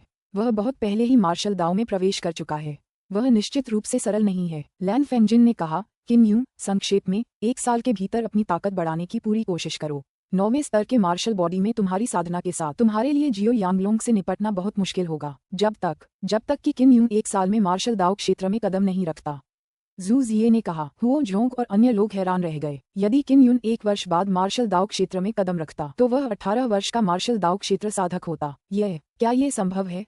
मुरोंग डेरिन ने लैन फेंगजिन की ओर मुड़ने से पहले किम यून की ओर देखा और पूछा, बहन लैन, 9वें स्तर के मार्शल बॉडी क्षेत्र से मार्शल दाव क्षेत्र तक आगे बढ़ना कितना मुश्किल है? ये कहना मुश्किल है, लेकिन इसमें कई कारक शामिल हैं। लैन फेंगजिन ने गहरी सांस लेते हुए किम यून को सख्ती से डांटा। किम यून, खुद को आगे बढ़ने के लिए मजबूर मत करो। बहुत से लोग अपनी सफलताओं के दौरान बहुत ज्यादा चिंता के कारण बड़ी समस्याओं का सामना करते हैं, जिसके परिणामस्वरूप वे पागल हो जाते हैं। किम यून ने बार बार सिर हिलाया। इसी वजह से उसके पिता की साधना अस्त व्यस्त हो गई थी और उनकी जान लगभग चली गई थी, इसलिए उसने इस बात पर विशेष ध्यान दिया। तो फिर मैं विदा लेती हूँ। मैं जल्द से जल्द ब्लू स्पिरिट स्टार पैलेस में शामिल हो जाऊंगी ताकि मैं अपनी ताकत जल्द से जल्द बढ़ा सकूं। किम यून और उसके साथियों को अलविदा कहने के बाद जिये इमारत से बाहर निकली और अपने बड़ों के साथ स्टार जुआन वू अकादमी से चली गई। लैन फेंगजिन हंसी, मुझे भी वापस जाकर अपनी रहस्यमयी तकनीक लेने की जल्दी है। मैं पहले निकल जाऊंगी। हुओ जोंग और मुरोंग हो शिंगफेक के साथ वापस जाएंगे। हो शिंगफेक स्टार जुआन वू अकादमी के उप प्राचार्य थे, इसलिए लौटने से पहले वे कुछ दिन वहीं रुकेंगे। ओह ठीक है, मैं तियान जियाओ शाही मकबरे में जा रहा हूँ। क्या तुम भी मेरे साथ आना चाहोगे? हमने पहले ही कहा था कि हम साथ में अंदर जाएंगे और देखेंगे, किम यून ने कहा। पिछली बार जब जियो युलान उसे देखने के लिए कालकोठरी में गई थी तो उसने कहा था कि जियो जुआन किन उसे ढूंढने आएगी और तियान जियो शाही मकबरे में प्रवेश करने पर चर्चा करेगी। हुओ जोंग ने कहा, मैं शायद न जाऊं। अगर मैं तियान जियाओ शाही मकबरे पर गया तो मुझे नहीं पता कि मुझे वहाँ कितने समय तक रहना पड़ेगा, लेकिन मुझे अभी भी बीस्ट मार्शल पैलेस में बहुत कुछ करना है। मुरोंग डैरन मुस्कुराया, भाई यूं, अगर तुम अकेले जाओ तो हम ज्यादा निश्चिंत रह सकते हैं। तुम तो बहुत ताकतवर हो, लेकिन तुम्हें सावधान रहना होगा। किम यून ने सिर हिलाया। मुझे पता है, यह इस बात पर निर्भर करता है कि बॉस जेड के पास समय है या नहीं। अगर वह मेरे साथ चले तो अच्छा रहेगा। बड़े भाई जी इस समय संत महल में एक महत्वपूर्ण व्यक्ति हैं, इसलिए वे बहुत व्यस्त हैं। कहा जाता है कि संत महल के महल स्वामी उन्हें बहुत महत्व देते हैं और उन्हें अपने अंतिम शिष्य के रूप में अपनाना चाहते हैं। हुओ जोंग ने कहा, तो फिर बहुत बढ़िया, जब वह और मजबूत हो जाएगा तो अगर भविष्य में ब्लू स्पिरिट स्टार पैलेस में हमें कोई समस्या होगी तो हम उससे मदद मांग सकते हैं। किम यून ने मुस्कुराते हुए कहा। मुरोंग दारिन और हुओ जोंग ने तियान शियाओ शाही मकबरे की ओर न जाने का फैसला किया। उन्हें भी अपनी ताकत की कमी महसूस हो रही थी और उन्हें डर था कि कहीं भविष्य में वे किम यून को फंसा न दें। ऐसा इसलिए था क्योंकि तियान शियाओ पर्वत जंगल में स्थित थे। जादुई जानवर हर जगह घूमते थे और अगर उनका सामना शक्तिशाली जादुई जानवरों के समूह से होता तो वे उनसे लड़ नहीं पाते। किम यून ने उन्हें भोजन कराया और मुरोंग दारिन और हुओ जोंग को पानी पिलाया। एक शानदार दावत के बाद वे दोनों अपने अपने घर लौट गए। 5 करोड़ जुबान पॉइंट, मुझे तो इनका इस्तेमाल करना भी नहीं आता। खजाने के जंगल की ओर लौटते हुए किम यून ने कई बातें सोचीं। उसे नहीं पता था कि 1 साल में वह मार्शल दाव क्षेत्र में कदम रख पाएगा या नहीं। यद्यपि उसके पास 3 वज्र आंतरिक कोर थे, फिर भी जियो यांगलोंग की तुलना में जिसने मार्शल दाव में कदम रखा था उसमें कुछ अंतर था। जब वह खजाने के जंगल में वापस लौटा तो उसे अचानक एक परिचित आभा का एहसास हुआ। बड़े भाई यूं, पेड़ की चोटी से एक सुंदर आकृति हल्के से उतरी। वह सफेद पोशाक पहने एक लड़की थी। वह नश्वर संसार में उतरती किसी परी की तरह सुंदर थी। लिटिल मेलियन, किम यून खुशी से चिल्लाया। क्यूई मिलियन को आखिरी बार देखे हुए उसे बहुत समय हो गया था। अब जब उसने उसे देखा तो वह बहुत बदल गई थी। वह बहुत खूबसूरत थी, फिर भी बहुत लंबी हो गई थी। बस एक चीज जो नहीं बदली थी वह थी उसकी आंखें अब भी मासूमियत से भरी थीं। भाई यूं, तुम बहुत शानदार हो। मैंने अखाड़े में तुम्हारी लड़ाई भी देखी। जब उसने किम यूं को देखा तो वह भी बहुत खुश हुई। उसके चेहरे पर एक प्यारी और खुशनुमा मुस्कान थी। उसके लिए किम यून ही उसका एकमात्र परिवार माना जा सकता था। वे बुरे लोग बहुत कमजोर हैं। किम यून ने धीरे से उस रेशमी चेहरे को सहलाया और मुस्कुराते हुए कहा। वह उसे एक गुफा में ले गया और वहां बैठा दिया। फिर उसने मीठे फलों का रस निकाला और उसे पीने को दिया। किम यून ने अपनी छोटी बहन को देखा जो अब काफी बड़ी हो गई थी। जब उसने उसकी दुर्दशा के बारे में सोचा तो उसे तुरंत उसके लिए गहरा स्नेह महसूस हुआ। वह उस मासूम बच्ची की रक्षा करना चाहता था और उसे फिर से अन्याय महसूस होने से बचाना चाहता था। भाई यूं, अपने गुरु के मार्गदर्शन में मैंने बहुत जल्दी सफलता प्राप्त कर ली। अब मैं 9वें स्तर के मार्शल बॉडी क्षेत्र में भी हूँ। क्यूई माइलियन ने अपने होठों से रस चाटते हुए खुशी से कहा। किम यून उसके मनमोहक चेहरे को छूने से खुद को रोक नहीं पाया। उसने कहा, छोटी मेलियन वाकई अद्भुत है। भविष्य में वह भाई यून से भी ज्यादा शक्तिशाली होगी। समय आने पर तुम्हें मेरी रक्षा करनी होगी। क्यूई माइलियन ने गंभीरता से सिर हिलाया। मैं जरूर और मजबूत हो जाऊंगी। मैं उन बुरे लोगों को अपने भाई को परेशान नहीं करने दूंगी। वह किम यून से 1-2 साल छोटी थी, लेकिन 9वें स्तर के मार्शल बॉडी में थी। ये प्रतिभा जियाओ युएलन से भी ज्यादा डरावनी थी। बस बहुत से लोग यह नहीं जानते थे। किम यून को लगा कि अगर उसे मौका मिले तो उसे क्यू मिलियन की शिक्षिका का शुक्रिया अदा करना चाहिए। वह बस इतना जानता था कि शिक्षिका एक बूढ़ी दादी थीं। वे आमतौर पर बहुत उग्र होती थीं, लेकिन मिलियन के साथ उनका व्यवहार बहुत अच्छा था। अमर कब्रिस्तान आरेख के साथ किम यून को आश्चर्य नहीं हुआ कि उसकी साधना इतनी तेजी से बढ़ गई थी। छोटी मिलियन, बाहर बहुत खतरा है। अगर तुम्हारे गुरु तुम्हारे साथ नहीं है तो बेहतर होगा कि तुम अकेले बाहर न जाओ। किम यून ने क्यू मिलियन का छोटा सा हाथ पकड़ा और उसे कुछ शरीर सुरक्षा तावीज देते हुए कहा। ये शरीर सुरक्षा तावीज हैं। ये तुम्हारी सुरक्षा के लिए हैं। ये सुनकर क्यूई मिलन ने चिंता से भौहें चढ़ाईं और फुसफुसाया, भाई यूं, क्या ये शरीर सुरक्षा तावीज बनाना मुश्किल है? मैं इसे तुम्हारे लिए छोड़ देता हूँ। तुम अक्सर बाहर जाते हो और इसका खूब इस्तेमाल करते हो। इसे बनाना मुश्किल नहीं है। आप इसे संभाल कर रखें। किम यून मुस्कुराया क्योंकि उसने अपने दिल में गर्माहट महसूस की। क्यूई मिलियन इसे स्वीकार ही कर सकती थी। वह जानती थी कि किम यून उसकी सुरक्षा के लिए ऐसा कर रहा है। छोटी मिलियन, क्या तुम्हारे गुरु ने तुम्हें ब्लू स्पिरिट स्टार पैलेस में प्रवेश करने की सलाह दी है? किम यून ने पूछा।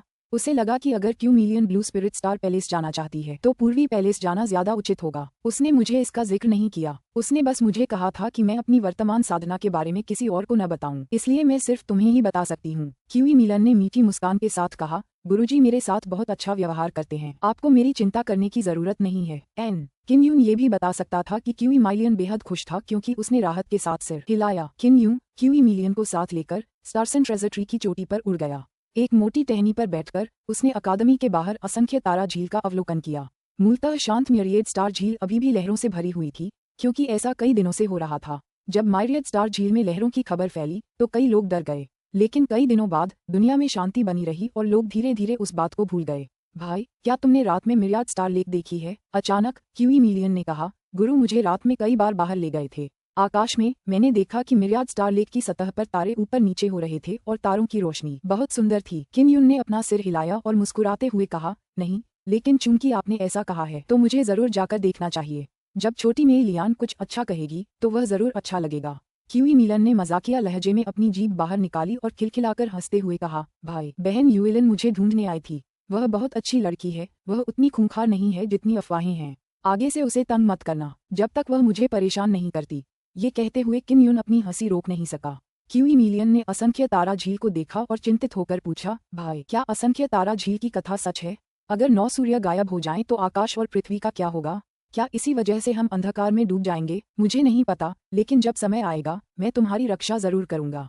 मैं तुम्हारा सूरज बनूंगा, हमेशा तुम्हारी दुनिया को रोशन करता रहूंगा। किम युन मुस्कुराया और उसके प्यारे चेहरे पर चुटकी काटी। क्यूई मिलान की खूबसूरत आंखें चमक उठीं, वह बेहद खुश थी। किम युन उसे अंदर ले गया और पूरे दिन खजाने के जंगल में खेलता रहा। शाम को उन्होंने 9 लाल सूर्यों को धीरे धीरे असंख्य तारा झील के अंत में उतरते और गायब होते देखा। किम युन के साथ पूरा दिन खेलने के बाद क्यूई मिलान बहुत खुश थी। वह खजाने के जंगल से निकलकर अपने गुरु की तलाश में निकल पड़ी। उसे फिर से बंद कमरे में साधना करनी थी। पता नहीं वह कब बाहर आएगी। किम युन को अचानक मेलियन की शिक्षिका के बारे में बहुत उत्सुकता हुई। वह डू गुई की वृक्ष गुफा की ओर उड़ चला। डू गुई हॉल में पत्थरों का एक ढेर पकड़े हुए था। ये मानसिक शक्ति परीक्षण के पत्थर थे। इससे पहले किम युन ने परीक्षण करते समय उनमें से बहुत से पत्थर तोड़ दिए थे। गुरुजी, छोटी मेलियन की शिक्षिका कौन है? क्या वह बहुत रहस्यमयी है? किम युन ने पूछा। मैंने सुना है कि वह एक बूढ़ी दादी हैं। उनकी पृष्ठभूमि क्या है? उसकी शिक्षिका वाकई रहस्यमयी है। कुछ साल पहले जब उसने स्टार जुवान वू अकादमी में प्रवेश लिया था तब वह मार्शल दाओ क्षेत्र में थी। हालांकि वह थोड़ी सख्त है, फिर भी वह बहुत अच्छी है। आप निश्चिंत रहिए, छोटी मेलियन स्टार जुवान वू अकादमी में सुरक्षित होगी। डू गुई मुस्कुराई और बोली, जल्दी करो और इन पत्थरों को बनाने में मेरी मदद करो। आग की लपटों से इन्हें नीला कर दो। जमीन पर पड़े सभी पत्थर सफेद थे और डू गुई उन्हें एक एक करके बहुत धीरे धीरे जला रहा था। किम युन ने भट्ठी निकाली और उसमें आग लगाने से पहले उसे सफेद पत्थरों से भर दिया। क्या ये बात तुम्हें ठीक लगती है? डू गुई ने संदेह से पूछा। बिल्कुल। कुछ ही देर बाद किम युन ने भट्ठी खोली और अपने नंगे हाथों से एक बहुत गर्म नीला पत्थर निकाला।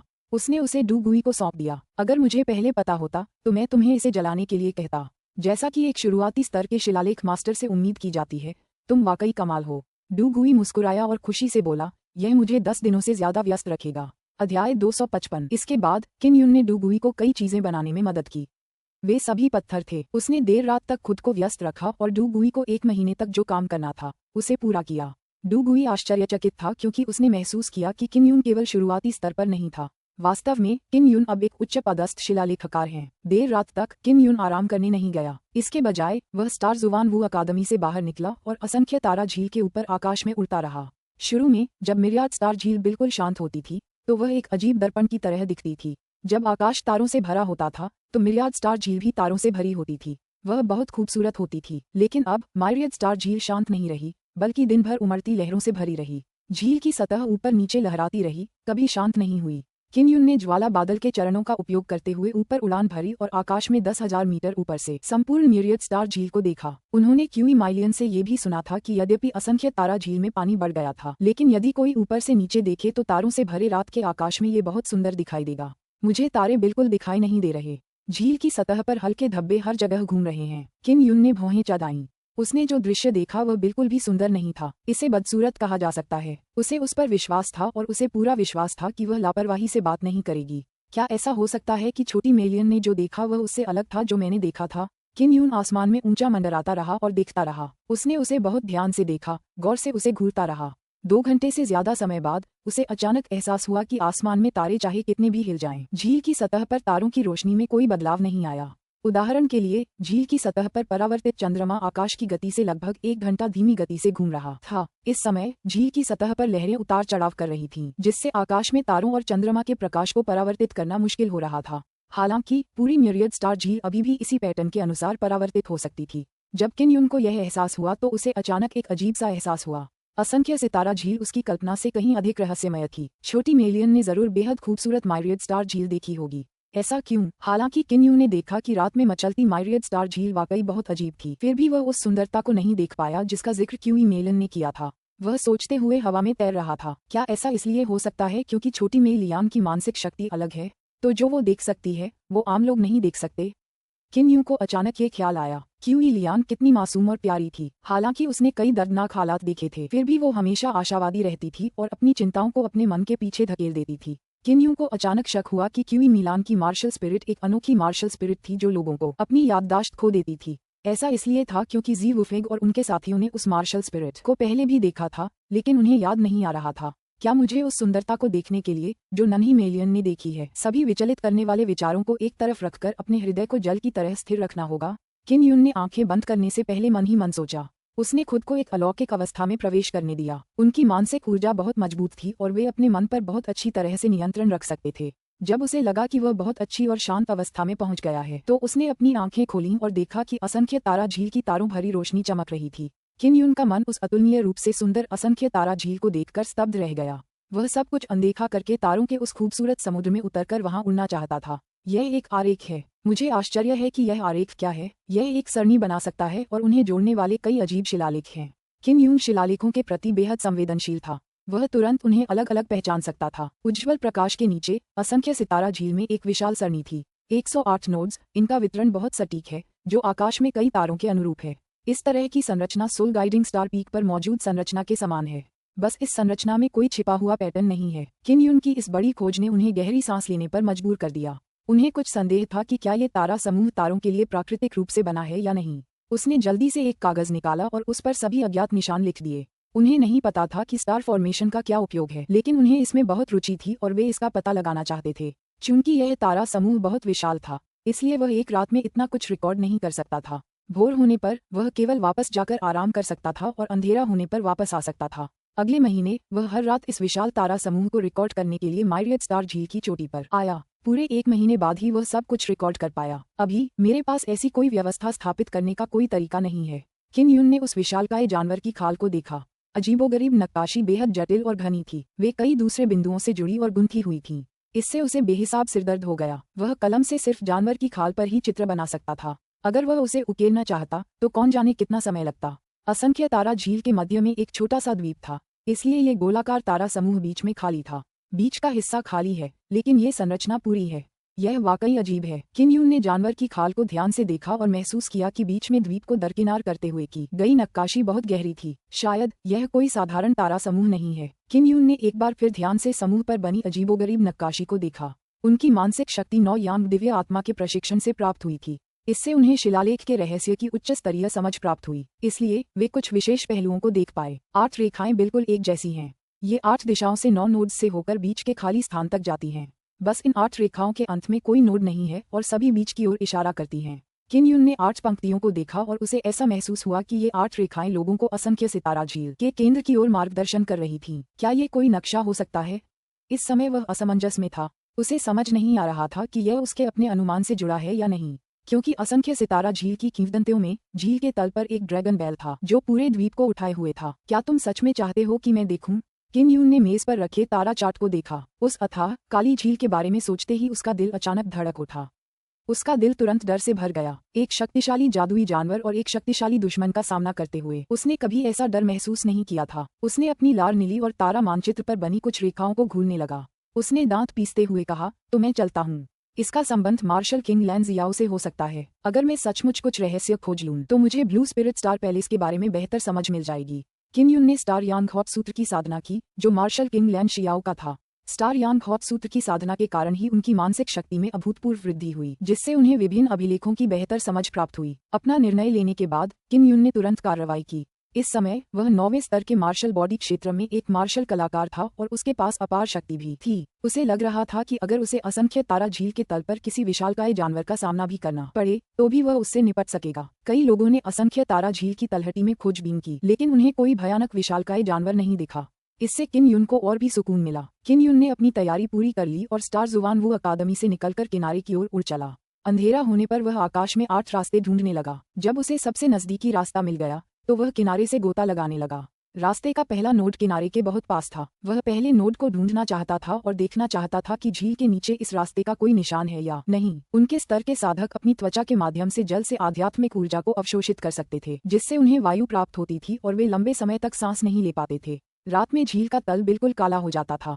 कुछ भी दिखाई नहीं देता था। किन यून अपनी याददाश्त पर निर्भर रहते हुए लगातार उस क्षेत्र में गोता लगाते रहते थे और किसी विशेष चीज की तलाश में तैरते रहते थे। उसे पता ही नहीं चला कि कितना समय बीत गया था, लेकिन नीचे से दबाव बहुत ज्यादा था। अगर उसका शरीर इतना मजबूत न होता तो उसके लिए इतनी गहराई तक गोता लगाना नामुमकिन होता।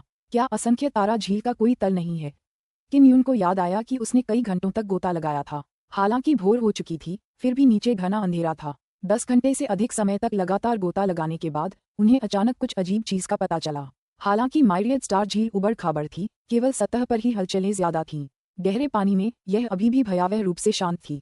और अब किन यून को बर्फ सी ठंडी झील के नीचे थोड़ी गर्माहट का एहसास हुआ। वह तुरंत उसके साथ तैरने लगा। यह अंतर्धारा है। झील के तल पर बिना किसी कारण के एक अंतर्धारा दिखाई दी और वह बहुत गर्म है। किन यून बहुत खुश हुआ। उसे लगा कि उसे रास्ते का शुरुआती बिंदु मिल गया है। इसके बाद वह गर्म पानी की धारा के साथ आगे की ओर तैरने लगा। असंख्य तारा झील की गहराई में बहुत ठंड थी, बर्फ के पानी जैसा। अगर किन यून के अंदर बिजली जैसी आग न होती तो उसके पास इस ठंड का सामना करने का कोई रास्ता नहीं होता। और अब उस गर्म धारा में ऐसा लग रहा था मानो वह बेहद आरामदायक गर्म पानी में भीग रहा हो। इसके अलावा उस गर्म धारा में किसी भी तरह का तेज दबाव नहीं था, जिससे उसे बहुत आसानी से आराम मिल रहा था। मैरियड स्टार लेक के नीचे सचमुच कुछ छिपा है, लेकिन उसे खोज पाना आसान नहीं है। पानी के नीचे की धारा की गर्मी में किन यून को एहसास हुआ कि वह बेहद छोटा था। उसमें सिर्फ एक ही व्यक्ति समा सकता था। इतनी विशाल झील में इतनी गहराई में छिपे हुए उसे खोज पाना मुश्किल था। यदि उसने तारा मानचित्र से 8 मार्ग नहीं देखे होते तो उसे सामान्य दिशा का पता नहीं चलता और इस गर्म अंतर्धारा को खोजना कठिन हो जाता। किन यून चुपचाप दूरी का अनुमान लगाते हुए पानी के अंदर तैरता रहा। आगे एक गांठ है। उसने सही अनुमान लगाया और तेजी से अंतर्धारा के पहले हिस्से से निकलकर बर्फीली झील में तैर गया। अगर उसे रास्ता नहीं पता होता तो उसे अंतर्धारा ढूंढने का तरीका भी नहीं पता होता। सौभाग्य से उसे वह रास्ता साफ याद था। उसने जल्दी ही गर्म अंतर्धारा का दूसरा हिस्सा ढूंढ लिया और आगे बढ़ गया। यदि कोई व्यक्ति इस अंतर्धारा पर ठोकर खा भी जाए तो मार्ग मानचित्र के बिना अगली धारा को ढूंढना असंभव होगा। किन यून झील की तलहटी में अंधेरी धारा के साथ कुछ घंटों तक तैरता रहा। आखिरकार वह आखिरी मोड़ पर पहुंच गया। उसके सामने कई चट्टानें थीं। यह एक विशाल पत्थर का स्तंभ था जो उस छोटे से द्वीप को सहारा दे रहा था जिस पर स्टार जुवानवू अकादमी स्थित थी। इस स्तंभ की कई लोगों ने खोजबीन भी की थी, लेकिन किसी को कुछ नहीं मिला था। इसकी वजह ये थी कि किंवदंतियों के अनुसार पत्थर के स्तंभों के भीतर एक अजीब सी शक्ति थी जो लोगों को और गहराई में गोता लगाने से रोकती थी। जहां तक किन यून की बात है, जब वह अंतिम बिंदु पर पहुंचा तो उसने एक हल्का सा खिंचाव महसूस किया जो उसे नीचे की ओर खींच रहा था। यह एक अंतर्धारा भी थी जो सीधे नीचे की ओर बह रही थी। किन यून ने गर्म पानी की धारा का अनुसरण किया और गोता लगाना जारी रखा। ये प्रक्रिया बेहद आसान थी। अध्याय 256। इतने लंबे समय तक झील में रहने के बाद किन यून को अब झील के तल के प्रति डर महसूस नहीं हुआ। 10 घंटे से ज्यादा गोता लगाने के बाद किन यून को लगा जैसे उसका शरीर धीरे धीरे नीचे उतर रहा है। जरा भी दबाव नहीं था। आखिरकार हमें रोशनी दिखी गई। समय समय पर वह अपनी मानसिक ऊर्जा को खोजबीन के लिए छोड़ देता था, लेकिन अब उसे अचानक लगा कि अब तल अथाह नहीं रहा, बल्कि वह देख पा रहा था कि नीचे क्या है। उसने जल्दी से एक चमकता हुआ पत्थर उठाया और उसे नीचे फेंक दिया। चमकता हुआ पत्थर नीचे गिरने के बाद उसने नीचे के क्षेत्र को प्रकाशित कर दिया। जब किन यून ने झील का तल देखा तो उसे सुखद आश्चर्य हुआ। झील का तल बेहद साफ था। ये बिल्कुल सपाट जगह थी और बहुत अजीब लग रही थी। क्या ये मानव निर्मित हो सकता है? किन यून ने अपने नीचे क्रिस्टल की जमीन को देखा और हैरान हो गया। उसने सोचा था कि वह क्रिस्टल की सपाट सतह पर उतरेगा। कौन जानता था कि उसका शरीर उसे भेदकर क्रिस्टल में समा जाएगा। क्या हो रहा है? क्या नीचे और भी कुछ है? किन यून ने अफवाहों को याद किया। कई लोगों को गोता लगाते समय किसी बाधा का सामना करना पड़ा था। हालांकि उसे पहले ही महसूस हो चुका था कि वह उस बाधा को पार कर चुका है। मोटे क्रिस्टल फर्श से होते हुए वह एक अंधेरे पत्थर के कमरे में गिर गया। वहां पानी नहीं था। किन यून ने एक चमकता हुआ पत्थर निकाला और कमरे को रोशन किया। उसने पाया कि दीवारें क्रिस्टल पत्थरों से भरी हुई थीं। क्रिस्टल रूम में एक और दरवाजा था। वह वहां गया और उसे खोला। जब उसने दरवाजा खोला तो किन यून बेहद खुश हुआ, क्योंकि यही दरवाजा असंख्य तारा झील का राज था। क्रिस्टल का दरवाजा खोलने पर एक बेहद खूबसूरत क्रिस्टल गलियारा दिखाई दिया। क्रिस्टल पत्थर की दीवार के अंदर चमकते हुए पत्थर थे जो लगातार रोशनी बिखेर रहे थे। क्रिस्टल का गलियारा बहुत लंबा था। किन यून ने सावधानी से उसमें कदम रखा। उसे डर था कि कहीं कोई जाल न हो। वह कुछ हजार मीटर चलकर आखिरकार उस दरवाजे पर पहुंच गया। यहाँ एक और क्रिस्टल का दरवाजा था। असंख्य तारा झील का रहस्य अंदर है। किन यून ने कुछ गहरी सांसें लीं और उसका दिल सीने में धड़क उठा। उसका दिल जिज्ञासा से भरा था, लेकिन डर से भी भरा था। उसे डर था कि अगर उसने दरवाजा खोला तो उसे किसी खतरे का सामना करना पड़ेगा, या शायद अंदर कोई 1000 साल पुराना भूत हो। अंत में उसने फिर भी क्रिस्टल दरवाजा खोल दिया। उसे लगा जैसे वो पहले से ही यहाँ है। अगर वो अंदर जाकर न देखे तो रोज इसी बारे में सोचता रहेगा। क्रिस्टल का दरवाजा खोलने पर एक विशाल और गोल हॉल दिखा जो पूरी तरह से क्रिस्टल से बना था, चमकीला और सुंदर। क्रिस्टल महल सैकड़ों मीटर चौड़ा था और बीच में सुनहरे कवच पहने एक विशालकाय बैल खड़ा था। विशालकाय बैल का शरीर दर्जनों मीटर लंबा था, किसी छोटी पहाड़ी जैसा। वहां लेटे हुए उसकी आंखें बंद थीं। सींग किसी बैल के नहीं बल्कि एक अजगर के सींग थे। उसके शरीर पर जो भी शल्क थे वे सब अजगर के ही थे। यह वही पौराणिक अजगर सांड था। बेशक किंवदंतियों से इसमें अभी भी एक बड़ा अंतर था। ये ड्रैगन बैल छोटे द्वीप को पकड़े हुए नहीं था बल्कि उसके नीचे सो रहा था। विशाल क्रिस्टल हॉल में केवल ये ड्रैगन बैल था जो यहाँ सीलबंद लग रहा था। किन यून को यह अजीब लगा। ड्रैगन बैल तो इतना बड़ा था, वह अंदर कैसे खींच गया? हालांकि मुझे कुछ नहीं मिला, लेकिन ये प्रमाणित किया जा सकता है कि पौराणिक ड्रैगन बैल सचमुच अस्तित्व में था। किन यून बहुत उत्सुक था।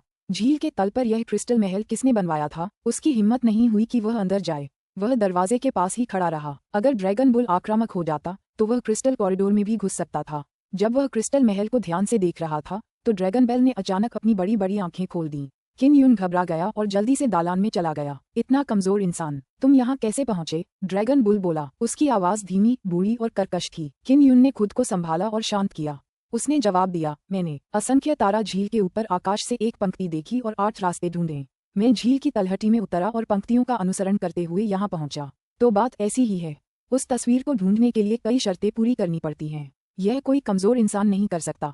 ड्रैगन बुल बेहद हैरान था। उसकी ड्रैगन जैसी आंखें ड्रैगन जैसी ताकत से भरी हुई थीं और वह किन यून को घूर रहा था। शायद ये कोई खुशकिस्मती है। किन यून ने सूखी हंसी हंसी। उसने कभी नहीं सोचा था कि ड्रैगन बुल उसे नीची नजरों से देखेगा। हालांकि यह क्रिस्टल पैलेस तुम्हारे लिए तैयार नहीं है, फिर भी यह तुम्हारा भाग्य ही है कि तुम यहाँ आ पा रहे हो। मुझे लगता है कि तुम में भी कुछ योग्यता है। ड्रैगन बुल ने यह नहीं पूछा कि किन यून यहाँ क्यों आ पाया। उसने कहा, तुम इस क्रिस्टल पैलेस के बारे में कितना जानते हो? किन यून ने सिर हिलाकर जवाब दिया, बिल्कुल नहीं। इस झील के ऊपर एक छोटा सा द्वीप है और इस छोटे से द्वीप पर स्टार जुवान वू अकादमी है। मैं इसी अकादमी का छात्र हूँ। स्टार जुवान वू अकादमी उस छोटे बच्चे लैन जियाओ द्वारा बनाई जानी चाहिए थी। वह स्टार मार्शल आर्ट्स के दाव का दीवाना है। जैसे ही मैंने ये नाम सुना मुझे पता चल गया कि यह वही है। ड्रैगन बुल ने कहा। स्टार जुवान वू अकादमी वास्तव में मार्शल राजा लैन जियो द्वारा बनाई गई थी। लैन जियाओ एक मार्शल राजा था जो 10,000 साल से भी पहले रहता था। हालांकि इस ड्रैगन बैल की नज़र में वह बस एक छोटा सा बदमाश था। वरिष्ठ ड्रैगन बुल, क्या आप मुझे इस क्रिस्टल महल के बारे में बता सकते हैं? किन यून ने पूछा। क्या असंख्य तारा झील में कोई लहर है? अगर कोई लहर न हो तो तुम तारा मानचित्र भी नहीं देख पाओगे। ड्रैगन बैल ने पूछा। हाँ, लहरें शुरू हुए लगभग 1 साल हो गया है। किन यून ने सिर हिलाया। प्राचीन 9 सूर्य अंततः अस्त होने वाले हैं। 9 उजाड़ की भूमि हमेशा के लिए अंधकार में डूब जाएगी। 9 सूर्य क्यों गिरेंगे? क्या इसका 9 यांग दिव्य आत्मा और 9 यिन दिव्य आत्मा से कोई संबंध है? किन यून ने जल्दी से पूछा। किंवदंती सचमुच सच थी। असंख्य तारा झील में एक अनोखी व्यवस्था थी जिससे तारों में होने वाले बदलावों को महसूस किया जा सकता था। इसलिए जब 9 सूर्य मरने वाले थे तो असंख्य स्टार झील सरनी ने भी इसे देखा और चेतावनी जारी की। 9 यांग आत्मा से प्राप्त होती है। हालांकि जब तक 9 यांग आत्मा यहाँ है तब तक 9 यांग आत्मा की सुरक्षा पर इसका कोई असर नहीं पड़ेगा। 9 सूर्य खतरे में हैं क्योंकि 9 यांग आत्माएं 9 सूर्यों से अलग हो गई हैं। ड्रैगन बुल ने एक लंबी सांस छोड़ी। 9 सूर्यों की 9 यांग आत्माएं 9 सूर्यों की नींव हैं। ठीक वैसे ही जैसे आपके कुलदेवता में मार्शल आत्मा है। अगर आपके कुलदेवता में मार्शल आत्मा न होती तो क्या होता? किन यून ने गहरी सांस ली। तो फिर 9 यांग आत्माएं कहाँ गईं? केवल 2 संभावनाएं हैं, या तो यह नष्ट हो गया है या इसे ले जाया गया है। ड्रैगन बुल ने कहा, यह भी संभव है कि 9 यांग आत्मा ने खतरे को भांप लिया हो और 9 उजाड़ भूमियों में बिखर गई हो। 9 सूर्यों की आत्मा निश्चित रूप से अत्यंत शक्तिशाली होगी। यदि वह उसे प्राप्त कर ले तो उसकी शक्ति निश्चित रूप से बढ़ जाएगी। वरिष्ठ, इस क्रिस्टल महल का निर्माण किसने किया? इतना शक्तिशाली क्रिस्टल महल बनाने के लिए उसे बहुत शक्तिशाली होना चाहिए। किन यून ने कहा। ड्रैगन बुल हंसा। तो क्या हुआ अगर वह एक क्रिस्टल महल बना सकता है? वह उन लोगों जितना मजबूत तो नहीं है जिन्होंने ये पूरा अमर कब्रिस्तान बनाया है। असंख्य सितारा क्रिस्टल पैलेस और अमर कब्रिस्तान के बीच संबंध ने किन यून को चिंतित कर दिया। अमर कब्रिस्तान का ज़ीकिरो से बहुत कुछ लेना देना था। जहां तक किन यून की मां का सवाल है, उन्होंने पेंटिंग प्राप्त करके 9 यांग दिव्य आत्मा की स्वीकृति प्राप्त कर ली थी। इसलिए किन यून को यकीन था कि 9 यांग दिव्य आत्मा अमर कब्रिस्तान से जुड़ी हुई थी। अभी उसे कोई सुराग नहीं मिल रहा था क्योंकि उसकी ताकत बहुत कमजोर थी। ऊपर से बेकाबू जादुई जानवरों ने उसके लिए क्लाउड ड्रैगन नदी के उस पार जाना नामुमकिन बना दिया था। क्रिस्टल पैलेस के स्वामी, जो मेरे भी स्वामी हैं, मर चुके हैं। मैं इस झील को जादुई जानवरों से बचाने के लिए यहाँ रुका था। ड्रैगन बैल की आवाज में उदासी थी। वरिष्ठ, बाहर जादुई जानवर बहुत ज्यादा हैं। पहले कोई जादुई जानवर दिखाई नहीं दिया। ऐसा क्यों? किन यून को लगा कि ड्रैगन बुल को शायद कुछ पता है। जादुई जानवर जादुई उजाड़ भूमि से आते हैं। वे जादुई उजाड़ भूमि में ही पैदा होते और रहते हैं। वे अमर कब्रिस्तान को खोजना चाहते हैं, इसलिए उन्होंने बड़ी संख्या में जादुई जानवरों को छोड़ दिया।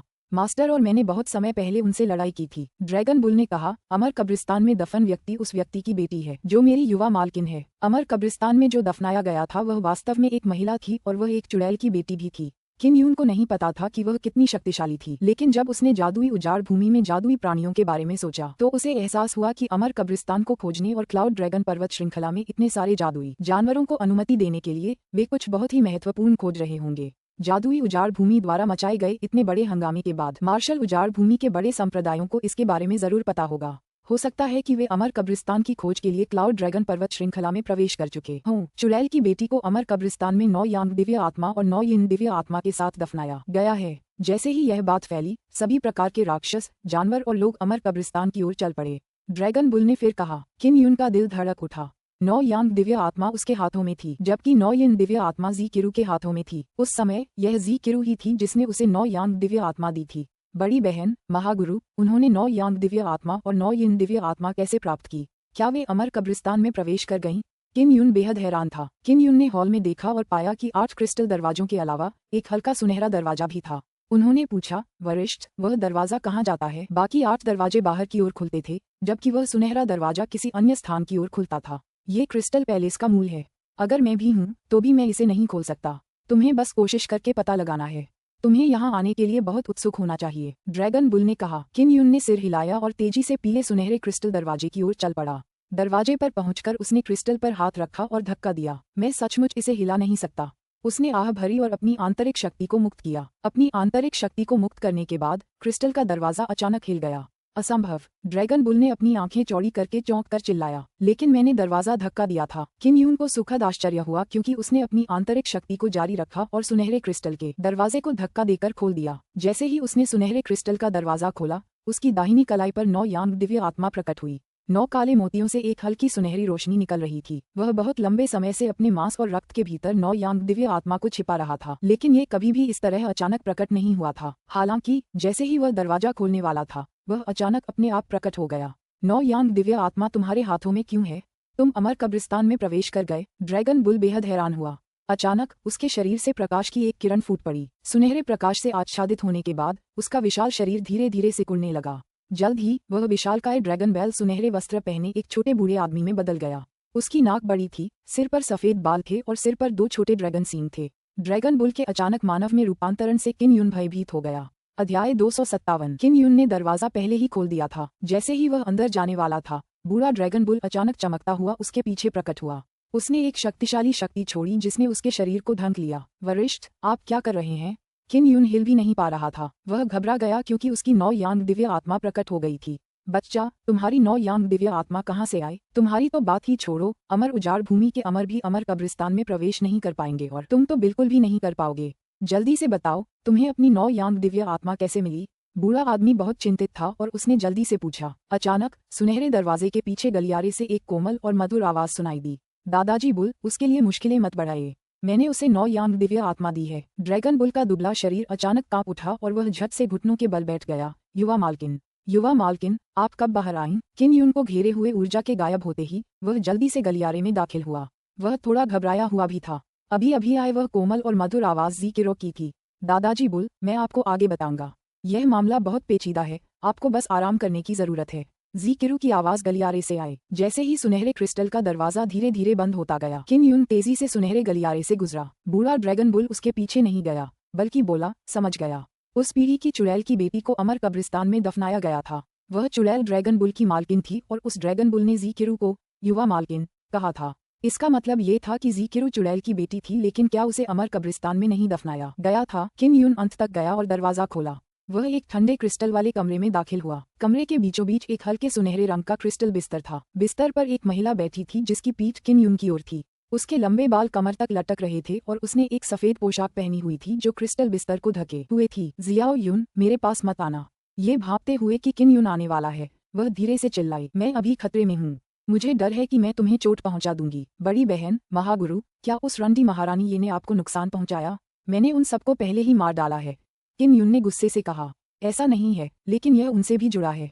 संक्षेप में, ये सब अतीत की बात है। जी किरू की आवाज में एक आनंदमय हंसी थी। मुझे बहुत खुशी है कि तुम यहाँ हो। तुम बहुत जल्दी बड़ी हो गई हो, मेरी उम्मीद से भी कहीं ज्यादा जल्दी। बड़ी बहन, गुरुदेव, ये सब 9 यांग दिव्य आत्मा की कृपा है। किन यून ने अपनी कलाई पर लटके काले मोतियों की माला को देखा और पूछा, मुझे पहले मोती में कुछ शिलालेख मिले हैं, दूसरे मोती में क्या है मुझे नहीं पता, मैं सिर्फ पहला मन का ही खोल सकता हूँ। इसमें पहले ये अक्षर लिखे थे, लेकिन मैं इसमें ज्यादा कुशल नहीं हूँ, इसलिए मैंने इन्हें तुम्हारे लिए वहीं छोड़ दिया। मुझे उम्मीद नहीं थी कि तुम इन्हें इतनी अच्छी तरह समझ पाओगे और इतनी जल्दी समझ जाओगे। छोटी मेलियन ने ही मुझे बताया था कि रात में असंख्य तारा झील की लहरें बहुत खूबसूरत लगती हैं। जब मैं देखने गया तो मुझे तारा चाट मिला। किन यून ने मुस्कुराते हुए कहा, छोटी मेलियन को भी तुम्हारी याद आती है, वह सचमुच तुमसे मिलना चाहती है, वह भविष्य में मुझसे जरूर मिलेगी। जी किरू हंसी, मुझे ये देखकर बहुत खुशी हो रही है कि तुम सब अच्छा समय बिता रहे हो। अगर तुम्हारी माँ को पता चलता तो वह भी बहुत खुश होती। बड़ी बहन, महागुरु, आखिर ऐसा क्या हुआ जिससे मेरी माँ की मृत्यु हो गई? मैं, छोटी मेई यूएलन, हम सभी की माएँ बहुत ही विचित्र तरीके से मरी, जिसका अमर कब्रिस्तान आरेख से संबंध है, लेकिन मुझे नहीं लगता कि यह मामला इतना सरल है। जब किन यून ने अपनी माँ के बारे में सोचा तो वह दुखी हुए बिना नहीं रह सका। तुम्हारी माएँ अभी भी पुनर्जीवित हो सकती हैं, उनकी आत्माएं अमर कब्रिस्तान में कैद हैं। जब तक आत्मा सुरक्षित है तुम भविष्य में उनके भौतिक शरीर का पुनर्निर्माण कर सकोगे। मैंने ही उन्हें नुकसान पहुंचाया था, अगर मैं उनके गांव में प्रकट न होता तो इतनी सारी घटनाएं घटित नहीं होती। किन यून दरवाजे पर खड़ा था और आगे बढ़ने की हिम्मत नहीं जुटा पा रहा था। वह जी किरो का बहुत आज्ञाकारी था। जी किरो ने आगे बोलने से पहले एक क्षण रुककर कहा, आपको पहले से ही पता होना चाहिए कि मैं चुड़ैल की बेटी हूँ। किन यून ने सिर हिलाया, लेकिन तुम्हें अमर कब्रिस्तान में होना चाहिए। यह सही है, लेकिन मेरी आत्मा का पुनर्जन्म तुम्हारी माँ के गाँव में हुआ है। उस समय मेरी यादें धुंधली थीं और कुछ वर्षों बाद ही मैं उन्हें धीरे धीरे पुनः प्राप्त कर पाया। जब हमें पहली बार अमर कब्रिस्तान आरेख प्राप्त हुआ था तब हम कुल 4 थे। हम में से प्रत्येक के पास एक एक था और उन सभी में खजाने थे, जिनमें से 2 में 9 यांग दिव्य आत्मा और 9 यिन दिव्य आत्मा थी। तुम्हारी माँ और मुझे दोनों क्रमशः अमर कब्रिस्तान आरेख प्राप्त हुए। यहाँ बोलते हुए जी किरू ने धीरे से आह भरी। ये सब मेरी गलती है कि मेरी यादें धुंधली थीं। अगर ऐसा न होता तो छोटी मेई की माँ को सम्राट के महल में तंग नहीं किया जाता। सिर्फ तुम और यूएलन की माँ ने ही अच्छा समय बिताया था, लेकिन अंत में दोनों का हश्र एक जैसा हुआ। उनकी आत्माएं अमर कब्रिस्तान के चित्र द्वारा निगल ली गईं और उन्हें अमर कब्रिस्तान में पहुंचा दिया गया। ऐसा क्यों हो रहा है? किन यून ने अपनी मुट्ठी भींच ली। उसकी माँ की मौत भी इसी तरह हुई थी। अमर कब्रिस्तान आरेख मेरी माँ ने बनाया था। अगर मैं सफलतापूर्वक पुनर्जन्म लेता हूँ तो एक तारे में छिपा अमर कब्रिस्तान आरेख नीचे गिर जाएगा और मुझे प्राप्त हो जाएगा। इससे मुझे नई शक्तियाँ प्राप्त होंगी। मैं भविष्य में अमर कब्रिस्तान खोल पाऊंगा। जी किरू ने उत्तर दिया, लेकिन बाद में किसी को वह तारा मिल गया। वह व्यक्ति अमर कब्रिस्तान आरेख प्राप्त करने में असमर्थ था, इसलिए क्रोध में उसने एक श्राप दिया ताकि इसे प्राप्त करने वाले व्यक्ति की आत्मा चूस ली जाए। वह व्यक्ति कौन है? किन यून ने अपनी मुठियां कस लीं। जी किरू ने उत्तर दिया, बहुत शक्तिशाली। वह अमर उजाड़ भूमि का अधिपति है। संक्षेप में 9 यांग दिव्य आत्मा और 9 यिन दिव्य आत्मा दोनों अमर कब्रिस्तान में नहीं हैं, लेकिन आपकी माँ की आत्मा अभी भी अंदर है। जब तक मैं उन्हें बचाऊंगा मेरे पास उन्हें पुनर्जीवित करने का एक तरीका होगा। बड़ी बहन, महागुरु, आपको अमर कब्रिस्तान में क्यों दफनाया गया? क्या आप सचमुच अमर हैं? जब किन यून ने सुना कि उसकी और शियाओ यूएलन की माँ का पुनर्जन्म हुआ है तो वह बेहद खुश हुआ। जी किरो किन यून की बात सुनकर हंस पड़ी। तुम ऐसा कह सकती हो। खैर, अभी तुम्हें मेरी चिंता करने की जरूरत नहीं है, मैं थोड़ी देर में ठीक हो जाऊंगी। रही बात तुम्हारी, तो अमर कब्रिस्तान जाने की इतनी जल्दी मत करो। अगर तुम में पर्याप्त ताकत नहीं है तो तुम खतरे में पड़ जाओगी। अपनी माँ को जिंदा करने की भारी जिम्मेदारी तुम पर है, तुम इतना जोखिम नहीं उठा सकती। बड़ी बहन, महागुरु, क्या आप बहुत शक्तिशाली हैं? किन यून को लग रहा था कि जी किरू के पिता जरूर बहुत शक्तिशाली होंगे। शायद उनके पिता ने ही इस अमर कब्रिस्तान का निर्माण किया होगा। जी किरू ने कहा, आप ऐसा कह सकते हैं। अमर कब्रिस्तान में बहुत सी चीजें छूट गई हैं, इसलिए इतने सारे लोग उनकी लालसा करते हैं। हालांकि ये सृष्टिकर्ता ने जानबूझकर किया था ताकि वह बहुत से लोगों को उनकी मृत्यु के मुंह में भेज सके और अमर कब्रिस्तान में बड़ी संख्या में आत्माएं पहुंचा सके ताकि अंदर की संरचना उन्हें अवशोषित कर सके। किन यून उसके पास जाकर उसके खूबसूरत चेहरे को देखना चाहता था, लेकिन उसकी हिम्मत नहीं हुई। बड़ी बहन, आप कब ठीक होंगी? किन यून ने पूछा। अभी कुछ कहना मुश्किल है, लेकिन मैं ठीक हो जाऊंगी। चिंता मत करो। याद रखना, अगर तुम में इतनी ताकत नहीं है तो तुम्हें अमर कब्रिस्तान के पास नहीं जाना चाहिए, उसने धीरे से कहा। किन यून ने भारी स्वर में सिर हिलाया और कहा, मैं इसे याद रखूंगा। यह सही है बहन grand preceptor. Blue spirit star palace और क्रिस्टल पैलेस के संस्थापक लैन जियाओ के बीच क्या संबंध है? वह मेरी माँ का शिष्य है और स्टार मार्शल आर्ट्स की राह पर ध्यान केंद्रित करता है। उसमें अपार क्षमता है और मुझे नहीं पता कि वह अभी कैसा कर रहा है। लगता है मेरी माँ ने उसे कुछ करने के लिए कहा है, इसलिए वह कई सालों से यहाँ वापस नहीं आया है। मुझे उम्मीद है कि उसे कुछ नहीं होगा। मुझे बस डर है कि मेरी समस्या में वह भी शामिल हो जाएगा। क्या बात है? किन यून ने जल्दी से पूछा। उसे अंदाजा हो गया था कि जी किरू को अभी भी उसे बहुत सी बातें बतानी बाकी थीं, खासकर उससे जुड़ी बातें। मत पूछो, अगर तुम आगे चलकर और भी ताकतवर हो गए तो मैं सोचूंगी कि तुम्हें बताऊं या नहीं। जी किरू खिलखिलाकर हंस पड़ी। अरे बदमाश, अगर तुम्हें ज्यादा पता होता तो तुम चैन से साधना नहीं कर पाते। किन युन ने मुस्कुराते हुए कहा, बहन महागुरु, आपको फिर से देखकर मुझे बहुत खुशी हुई, खासकर यह जानने के बाद कि शाही माँ को पुनर्जीवित किया जा सकता है। मैं निश्चित रूप से खुद को और मजबूत बनाने और शाही माँ को वापस जीवित करने के लिए कड़ी मेहनत करूंगी। मुझे बहुत खुशी है कि तुम्हारा हृदय इतना दयालु है। मेरा इरादा तुम्हें कुछ साधना तकनीकें सिखाने का था, लेकिन मुझे लगा कि अन्य 9 यांग दिव्य आत्मा मोतियों में कुछ साधना तकनीकें हो सकती हैं जो तुम्हारे लिए ज्यादा उपयुक्त हों। साथ ही मुझे चिंता है कि मेरी साधना तकनीकें तुम्हें परेशान करेगी। मैं देखूंगा कि भविष्य में जब मुझे मौका मिलेगा तो तुम मेरी तकनीक सीख सकते हो या नहीं। जी किरू ने कहा, हाँ। किन युन मन ही मन इसका इंतजार कर रहा था। वह 9 यांग दिव्य आत्मा का दूसरा मन का खोलकर देखना चाहता था कि अंदर कौन कौन सी अच्छी चीजें हैं। तो फिर जल्दी से इस क्रिस्टल पैलेस से निकल जाओ। बेहतर होगा कि तुम भविष्य में वापस न आओ। मुझे शांति से आराम करने की जरूरत है, जी किरू ने अनिच्छा से कहा। किन युन का हृदय उदासी से भर गया जब उसने कहा, बहन ग्रैंड प्रीसेप्टर, अगली बार जब आप मुझे देखेंगी तो मैं निश्चित रूप से और अधिक मजबूत हो जाऊंगा। यह अच्छे के लिए है।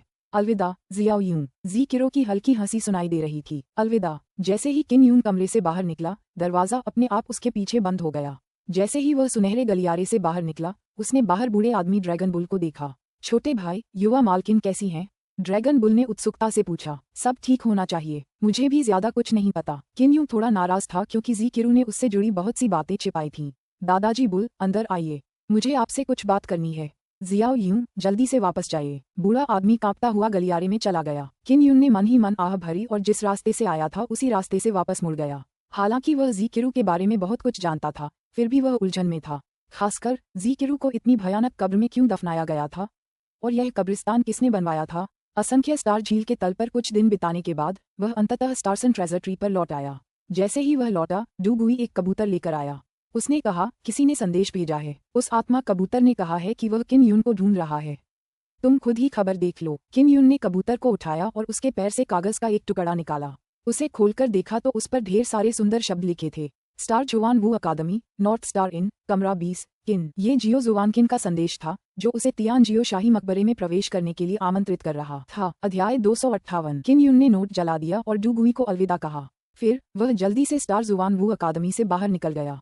क्योंकि स्टार जुवान वू अकादमी जिस छोटे द्वीप पर थी वह सबसे सुरक्षित था। छोटे द्वीप पर कई सराय, होटल और अन्य इमारतें थीं जो एक शहर का निर्माण करती थीं। किन यून ने पूछताछ की और नॉर्दर्न स्टार इनको ढूंढ निकाला। यह एक छोटी सी सराय थी और ज्यादा लोग भी नहीं थे। वह सराय में दाखिल हुआ, कमरा नंबर 20 पाया और दरवाजा खटखटाया। बहुत जल्दी ही किसी ने दरवाजा खोला। जब दरवाजा खुला तो किन यून ने काले कपड़े पहने एक सुंदर औरत को देखा जो गरिमा में और कुलीन लग रही थी। वह जियाओ शुवानकिन थी। आंटी जियो। किन यून ने शुद्ध सफेद दांतों की एक पंक्ति दिखाई और हंसते हुए कहा, जल्दी से अंदर आओ। जियो जुवानकिन मुस्कुराया और कहा। जैसे ही किन यून अंदर आया और बैठा, जियाओ जुवानकिन ने उसे एक कप चाय दी और अपने लंबे बालों को अपनी छाती पर बांध लिया। वह आकर्षक और तरोताजा लग रही थी। आंटी जियाओ, बहुत समय हो गया मिलते हुए।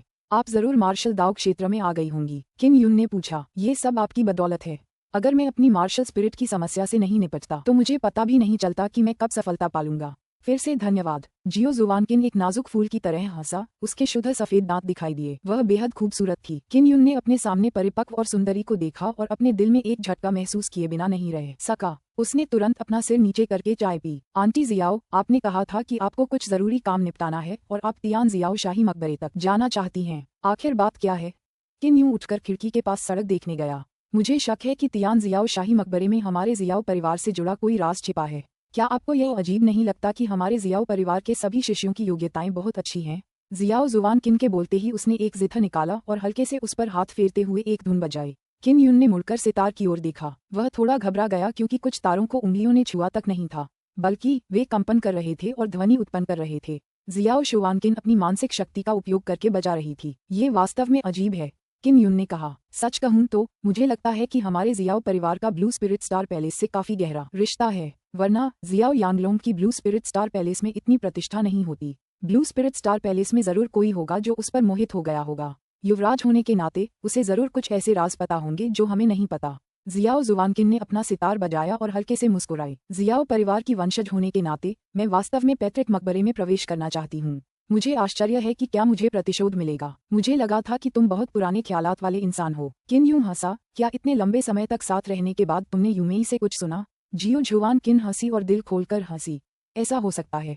ये छोटी बच्ची दिव्य शिलालेख महल में है। वह समय समय पर पागल हो जाती है, लेकिन सौभाग्य से उसने कोई बड़ी परेशानी पैदा नहीं की। यह वाकई अजीब है कि यूमेई ने तुम्हारा पीछा नहीं किया।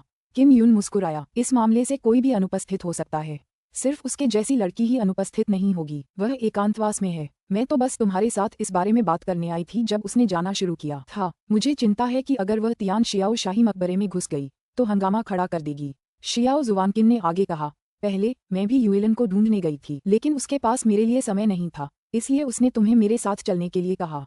हाँ, जी वुफेग ने भी कहा था कि उसके पास जाने का समय नहीं है। ऐसा लगता है कि सिर्फ हम दोनों ही जा सकते हैं। ठीक है, हम कब आगे बढ़ेंगे? वह ये भी जानना चाहता था कि जियाओ परिवार का वंश इतना शक्तिशाली क्यों था। जियो युलान और जियो यूमेई के पास मूल रूप से अमर कब्रिस्तान आरेख की विरासत थी और जियो परिवार की रहस्यमय रक्तरेखा को जोड़ते हुए वे और भी अधिक शक्तिशाली हो गए। जियाओ लैंग, जियाओ यांगलोंग, जियाओ जुवानकिन और अन्य लोगों में भी असाधारण प्रतिभाएं थीं। ये देखा जा सकता था कि यह सब इसलिए था क्योंकि उनका वंश बहुत मजबूत था। चलो अब चलें, क्या? जियो जुवानकिन ने कहा, जितनी जल्दी हो सके उतना अच्छा है। ठीक है, यह आप पर निर्भर है। किन यून ने सिर हिलाया। जियाओ जुवानकिन ने हल्के काले रंग का नाइट गाउन पहना और अपने बाल बांध लिए। उसने किन यून से कहा, मैंने तुम्हें बहुत देर तक इंतजार करवाया है। चलो। रात में किन यून और जियो जुवानकिन ने असंख्य स्टार झील के ऊपर से उड़ान भरी और तियान जियो साम्राज्य की ओर बढ़ गए। जब किन यून असंख्य तारा झील के पास से गुजरा और झील की सतह को देखा तो वह नीचे क्रिस्टल महल में बैठी जी किरो के बारे में सोचे बिना नहीं रह सका। आखिर यह रहस्यमयी और खूबसूरत महिला क्या राज छुपा रही थी? जियाओ जुवानकिन एक मार्शल दाव क्षेत्र साधक थी, इसलिए उसे इस बात की ज्यादा चिंता नहीं थी कि किन यून उसका पीछा करेगा। अगर उनका सामना किसी आत्मिक जानवर से भी होता तो भी उनकी ताकत के कारण वे ठीक रहते। किन यून, क्या आप जियो यांगलोंग को चुनौती देने में पूरी तरह आश्वस्त हैं? जियो जुआनकिन ने पूछा। नहीं। जब किन यून ने इस मामले के बारे में सोचा तो उसका दिल भारी हो गया। तुम्हें खुद पर भरोसा होना चाहिए। मुझे विश्वास है कि तुम उसे जरूर हरा पाओगी। जियाओ जुवानकिन ने किन यून की तरफ मुस्कुराते हुए कहा। उसकी खूबसूरत आंखें प्रोत्साहन से भरी हुई थीं। किन यून ने कहा, बहुत से लोग सोचते हैं कि मैं उससे नहीं जीत सकता। आपको क्या लगता है कि मैं जीत सकता हूँ? जियाओ जुवानकिन हंसा। तुम एक आत्मा शोधक हो और बस इसी बिंदु पर मुझे विश्वास है कि तुम शक्तिशाली बन सकते हो। तुम्हें इतना शक्तिशाली बनने में 2 साल लगे, ये तो सचमुच एक चमत्कार है। अगर मैं 1 साल के अंदर मार्शल दाव क्षेत्र में नहीं पहुंच पाया तो शायद मैं जियाओ यांगलोंग को हरा न पाऊं। किन यून इस बात को लेकर थोड़ा चिंतित था। जब उसने मार्शल दाव क्षेत्र में कदम रखा तो वहां कोई ऐसी गोलियां नहीं थीं जो उसकी साधना बढ़ाने में मदद कर सकें। वह केवल अपने आप पर भरोसा कर सकता था, धीरे धीरे संचय कर सकता था और धीरे धीरे अपना रास्ता खोज सकता था और मार्शल आर्ट के अपने रास्ते पर चल सकता था। निराश मत होइए, इस तरह की बातें कहना मुश्किल है। इसका मतलब यह नहीं है कि मार्शल दाव क्षेत्र में प्रवेश करने में आपको बहुत समय लगेगा। कभी कभी जब आप अचानक अपने मार्शल दाव को समझ लेते हैं तो आपका आंतरिक वज्र जागृत हो जाएगा और आपकी आंतरिक शक्ति बढ़ जाएगी, जिससे आपको मार्शल दाव के मार्ग पर आगे बढ़ने में मदद मिलेगी। जियाओ जुवानकिन ने कहा। किन यून ने सिर हिलाया और शब्दों को अपने दिल में याद कर लिया। कुछ ही देर बाद वे म्यूरियट स्टार झील से बाहर उड़कर जमीन पर आ गए। तुम्हें मेरा पूरा ध्यान रखना होगा। अगर तुम्हें कुछ हो गया तो यूएलएन मुझसे कभी नहीं मिट पाएगी। जियो जुवानकिन ने चंचलता से मुस्कुराते हुए किन यून को समझाया। मुझे लगता है कि यूएलएन मेरे प्रति जरूरत से ज्यादा सुरक्षात्मक है, जिससे मैं अपनी गरिमा खो रही हूँ। किन यून ने व्यंग्यात्मक मुस्कान के साथ कहा। जियाओ जुवानकिन हंसे बिना नहीं रह सकी। क्या यह अच्छी बात नहीं है? इतनी मजबूत महिला द्वारा आपकी देखभाल की जा पाना आपकी योग्यता है। बहुत से लोग इसके बारे में सोच भी नहीं सकते। किन यून और जियाओ जुवानकिन रात भर जमीन की सतह पर चलते रहे। भोर होते होते वे तियान जियाओ साम्राज्य के क्षेत्र में प्रवेश कर चुके थे। जियाओ जुवानकिन किन यून को एक जंगल में ले गया। 2 घंटे आराम करने के बाद वे अपनी यात्रा पर आगे बढ़े। तियान जियाओ शाही मकबरा शहर के बाहर एक बड़े पहाड़ी क्षेत्र में बनाया गया था। उन्हें तियान जियाओ शाही मकबरे के स्थान तक पहुंचने में केवल आधा दिन लगा। यहाँ पहले बहुत सारी वृक्ष आत्माएं हुआ करती थीं, लेकिन अब कोई नहीं है। जियाओ जुवानकिन पहाड़ के बाहर खड़ा होकर भौहें चढ़ाते हुए बोला, इतनी वीरान जगह जरूर जादुई जानवरों के झुंड ने तबाह कर दी होगी। मुझे आश्चर्य है कि क्या अंदर भी कोई जादुई जानवरों का झुंड है। किन यून ने कहा, हमें अंदर जाते समय ज्यादा सावधान रहना चाहिए। रात में ऐसा करना सबसे अच्छा रहेगा। दिन का आधा समय हो चुका है और जादुई जानवर सबसे ज्यादा सक्रिय हैं। ठीक है, चलो यहीं अंधेरा होने तक इंतजार करते हैं। जियाओ जुवानकिन ने अपने सामने छोटे पहाड़ की ओर देखा और कहा, हम उस छोटे पहाड़ में एक गुफा खोदेंगे और उसके अंदर छिप जाएंगे। इस तरह सुरक्षित रहेंगे। वे वहां पहुंचे और जल्दी से अंदर आराम करने के लिए एक गुफा खोद ली। अंधेरा हो रहा था और बाहर तेज हवा चल रही थी, जिससे भारी मात्रा में रेत और धूल उड़ रही थी, जिसके कारण उनके सामने का पहाड़ रेत और धूल से ढक गया। किन यून और जियाओ जुवानकिन रेत पर सावधानी से चल रहे थे। वे बेहद सतर्क थे क्योंकि उन्हें आसपास के वातावरण का पता लगाने के लिए अपनी मानसिक शक्ति का इस्तेमाल करना था। अगर आसपास कोई जादुई जानवर होता तो वे उसे तुरंत खोज लेते। उजाड़ पहाड़ में प्रवेश करने के बाद धूल कम हो गई थी और जमीन जादुई जानवरों के पैरों के निशानों से अट्टी पड़ी थी। मुझे सचमुच उम्मीद नहीं थी कि यहाँ इतने सारे जादुई जानवर होंगे। लगता है यहाँ जादुई जानवरों का एक झुंड होगा। किन युन ने अपने आसपास के वातावरण को महसूस किया और हजारों मीटर ऊंचे विशाल पर्वत को देखा। उसने कहा, क्या तियान शियाओ शाही मकबरा पर्वत के तल पर है? यहाँ 100 से ज्यादा पहाड़ हैं और वे बहुत विशाल भी हैं। जादुई जानवर उस पहाड़ पर रहना पसंद नहीं करेंगे, है ना? जियाओ जुवानकिन भी थोड़ा चिंतित था। अगर उनका सामना कुछ जादुई जानवरों से हो गया तो वे उनसे निपट नहीं पाएंगे। चलो चलकर देखते हैं। किन युन ने अपनी आभा को छिपाने के लिए छाया बल का प्रयोग किया। जियाओ जुवानकिन अचानक किन युन को देख नहीं पाई और घबरा गई। वह हल्के से चिल्लाई, किन युन, तुम कहाँ हो? तुम अचानक गायब क्यों हो गए? किन युन ने अचानक उसका जेड जैसा हाथ खींच लिया और मुस्कुराते हुए कहा, मुझमें अंधेरे में छिपने की क्षमता है। मुझे कोशिश करके देखना है कि क्या मैं ये शक्ति तुम तक पहुंचा सकती हूँ और तुम्हें अंधेरे में घुलने मिलने दे सकती हूँ। जियो जुवानकिन ने किन युन का हाथ कसकर पकड़ लिया। उसे बहुत चिंता थी कि किन युन का एक्सीडेंट हो जाएगा। किन युन को उसके कोमल और जेड जैसे हाथों की गर्माहट का एहसास हो रहा था। उसे मन ही मन हैरानी भी हो रही थी कि जियाओ शुवानकिन इतने समय से आंतरिक सर्वोच्च शक्ति की तैयारी कर रही थी। उसने फुसफुसाते हुए कहा, आंटी जियाओ, अपने पूरे शरीर को आराम दो। जियाओ शुवानकिन के आराम करने के बाद उसने अचानक किन युन की हथेली से एक ठंडी सनसनी महसूस की। यह उसकी बाह में घुस गई और तेजी से उसके पूरे शरीर में फैल गई। कुछ ही देर बाद उसे एहसास हुआ कि उसका शरीर अंधकार में विलीन हो गया है और उसकी आभा बाहर नहीं निकल पा रही है। वह उस अजीब सी शीतल ऊर्जा से घिरी हुई थी। हे, मैं सफल हो गया। किन युन ने मुस्कुराते हुए कहा, अब जादुई जानवर हमें नहीं खोज पाएंगे। इस तरह की शक्ति वास्तव में अद्भुत है। जियो जुवानकिन ने प्रशंसा में आह भरी और फिर किन युन का हाथ पकड़कर उन्हें धीरे धीरे पहाड़ पर चढ़ने के लिए कहा। जैसे ही जियाओ शुवानकिन ने किन युन का हाथ पकड़ा, उसके दिल में एक अजीब सी अनुभूति हुई। उसे नहीं पता था कि उसे ऐसा क्यों महसूस हो रहा था, लेकिन उसे थोड़ी घबराहट हो रही थी। टीएल नोट, यो चाची, वह आपकी भतीजी का पति है। दूसरी ओर किन युन ठीक था। उसे बस इतना महसूस हो रहा था कि जियो जुवानकिन की पकड़ और मजबूत होती जा रही थी। कुछ पहाड़ियों पर चढ़ने के बाद वे अचानक रुक गए। जादुई जानवर हैं, जियो जुवानकिन ने अचानक धीमी आवाज में कहा, उसके सामने दो पहाड़ों के बीच की घाटी को देखते हुए। हाँ, मुझे भी इसका एहसास हुआ। किन युन ने फुसफुसाया, कसकर पकड़ो, मुझे डर है कि तुम्हारी छाया शक्ति अचानक गायब हो जाएगी। जियाओ जुवानकिन किन युन का हाथ नहीं पकड़ रही थी, बल्कि वह अपनी उंगलियां किन युन की उंगलियों पर कसकर जकड़ रही थी। इस हाथ मिलाने से जियो जुवानकिन का दिल और भी तेजी से धड़कने लगा। आंटी जियो, चलो चलें। किन युन की आवाज सुनने के बाद ही जियो जुवानकिन अपने सदमे से उबर पाए। जियाओ जुवानकिन ने चुपके से अपने होंठ भींच लिए और दिवास्वप्न देखना बंद कर दिया। उसने किन युन को घाटी में खींच लिया। घाटी से गुजरते हुए वे सबसे ऊंचे पहाड़ तक पहुंच सकते थे। टीएल नोट, यो आंटी, आप एक इरोमंगा शुरू करने के बेहद करीब जा रही हैं। अध्याय 259। घाटी में प्रवेश करते ही ठंडी हवा के झोंके बह रहे थे, जो सीटी जैसी उदास और डरावनी आवाजें निकाल रहे थे। सबसे डरावनी बात ये थी कि घाटी के भीतर एक विशाल काली परछाई थी। यह एक विशालकाय जंगली सुअर था जो कुछ मीटर लंबा था। जियाओ जुवानकिन किन युन को साथ ले आया और आराम कर रहे जंगली सुअरों से सावधानी से बच निकला। चूंकि यहाँ बहुत अंधेरा था, वे जंगली सुअरों को देख नहीं पाए। उन्हें बस इतना पता था कि वे बहुत बड़े हैं। आगे जादुई जानवरों का एक शक्तिशाली आभामंडल था। वह एक आत्मिक जानवर था। इस विशाल जादुई पशु समूह में दो आत्मिक पशु भी थे। जियो जुवानकिन शुरू में बहुत घबराई हुई थी, लेकिन जब उसने किन युन का हाथ पकड़ने के बारे में सोचा तो किसी कारण से वह शांत हो गई और सावधानीपूर्वक एक बहुत बड़े जंगली सुअर को पार कर गई। वह विशाल जंगली सुअर एक आत्मिक जानवर था। जब किन युन जादुई जानवरों के झुंड के पास से गुजरा तो उसने आभा से महसूस किया कि राक्षसी जानवर बहुत अच्छी हालत में थे। वे बिल्कुल भी घायल नहीं थे। यहाँ कोई घायल जादुई जानवर नहीं था, इसलिए किसी चीज ने उन्हें आकर्षित किया होगा। जियो जुवानकिन अत्यंत सावधान थी क्योंकि वह किन युन को आत्मिक जानवर के पास से ले जा रही थी और उनके सामने एक और आत्मिक जानवर था। हालांकि वह गहरी नींद में सो रहा था, जिससे किन युन और जियाओ जुवानकिन को काफी सुकून मिला। किन युन ने पहले भी ध्यान से जांच की थी, लेकिन उसे कोई भी क्रिस्टल अंडे नहीं मिले। उसे थोड़ी निराशा हुई। यहाँ दो आत्मिक जानवर थे, एक नर और एक मादा। आमतौर पर वहाँ एक क्रिस्टल अंडा होता है। अंततः जियाओ जुवानकिन किन युन को सुरक्षित रूप से घाटी से पार कराकर विशाल पर्वत की तलहटी तक ले आया। वे एक बड़े पत्थर के दरवाजे के सामने खड़े हो गए। और अब क्या तुम्हें चाबी चाहिए? किन युन ने पूछा। उसने विशाल पत्थर के दरवाजे की तरफ देखा, लेकिन चाबी का छेद नहीं ढूंढ पाया। पत्थर का दरवाजा खोलने के लिए आपको बस चाबी छूनी होगी। हालांकि वहाँ जरूर बड़ा हंगामा होगा। हमें जल्दी से आगे बढ़ना होगा। अंदर पहुँचते ही हमें तुरंत पत्थर का दरवाजा बंद कर देना चाहिए। जियाओ जुवानकिन ने कहा। ठीक है। किन युन ने काली चाबी निकाली और धीरे से 10 मीटर ऊंचे पत्थर के दरवाजे को छुआ। का पत्थर का दरवाजा धीरे धीरे खुलने से पहले हिलने लगा। उससे एक तेज आवाज निकली जो घाटी में गूंज उठी। एक जंगली सुअर नींद से जाग गया और जोर जोर से चीखने लगा। सभी विशालकाय सुअर जाग गए और पहाड़ की ओर देखने लगे। पहाड़ के पास खड़ा जंगली सुअर पागलों की तरह पत्थर के दरवाजे की ओर दौड़ा, जिससे दोनों तरफ के पहाड़ कांप उठे। जियो जुवानकिन ने अपने दांतों को भींच लिया और आंतरिक शक्ति की एक गेंद को छोड़ दिया जिसमें बड़ी मात्रा में आंतरिक शक्ति थी, जो घाटी के प्रवेश द्वार से टकरा गई, जिससे दोनों तरफ के पहाड़ टूट गए कई बड़ी चट्टानें नीचे गिर गईं और प्रवेश द्वार अवरुद्ध हो गया। बूम! जंगली सुअर की गति बहुत तेज थी और उसने अपने रास्ते में आने वाले सभी पत्थरों को गिरा दिया। ये हो गया। किन यून ने जियो जुवानकिन को दरवाजे की दरार से खींच लिया। अंदर घुसते ही किन यून ने चाबी से विशाल पत्थर के दरवाजे को छुआ।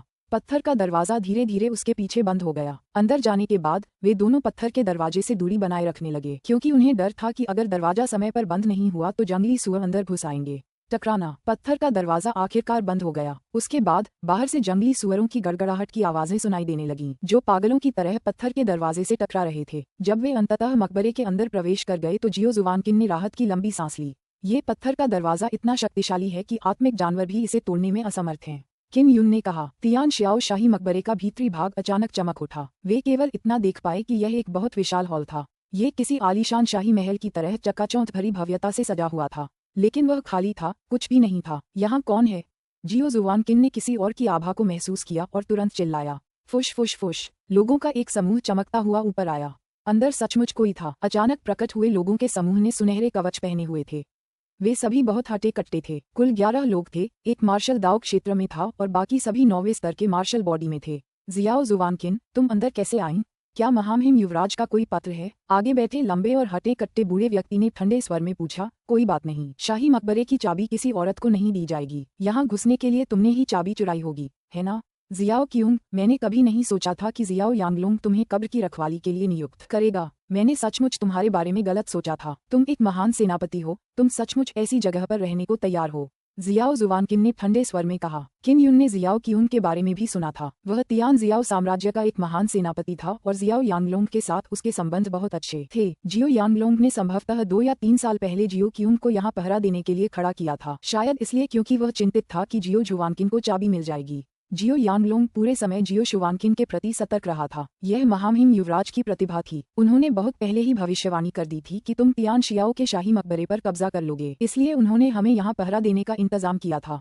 शियाओ क्यूंग जोर से हंसा। जब तक हम तुम्हें पकड़ लेंगे तब तक हम चाबी हासिल कर लेंगे। उस समय हम निकल जाएंगे। जियाओ शुवानकिन और किन यून की उंगलियां अभी भी आपस में कसकर बंधी हुई थीं। उसने दांत पीसते हुए खुद को लापरवाही के लिए दोषी ठहराया। अपने सामने मौजूद दुश्मनों में से वह सिर्फ जियाओ क्यूंग से ही निपट सकती थी।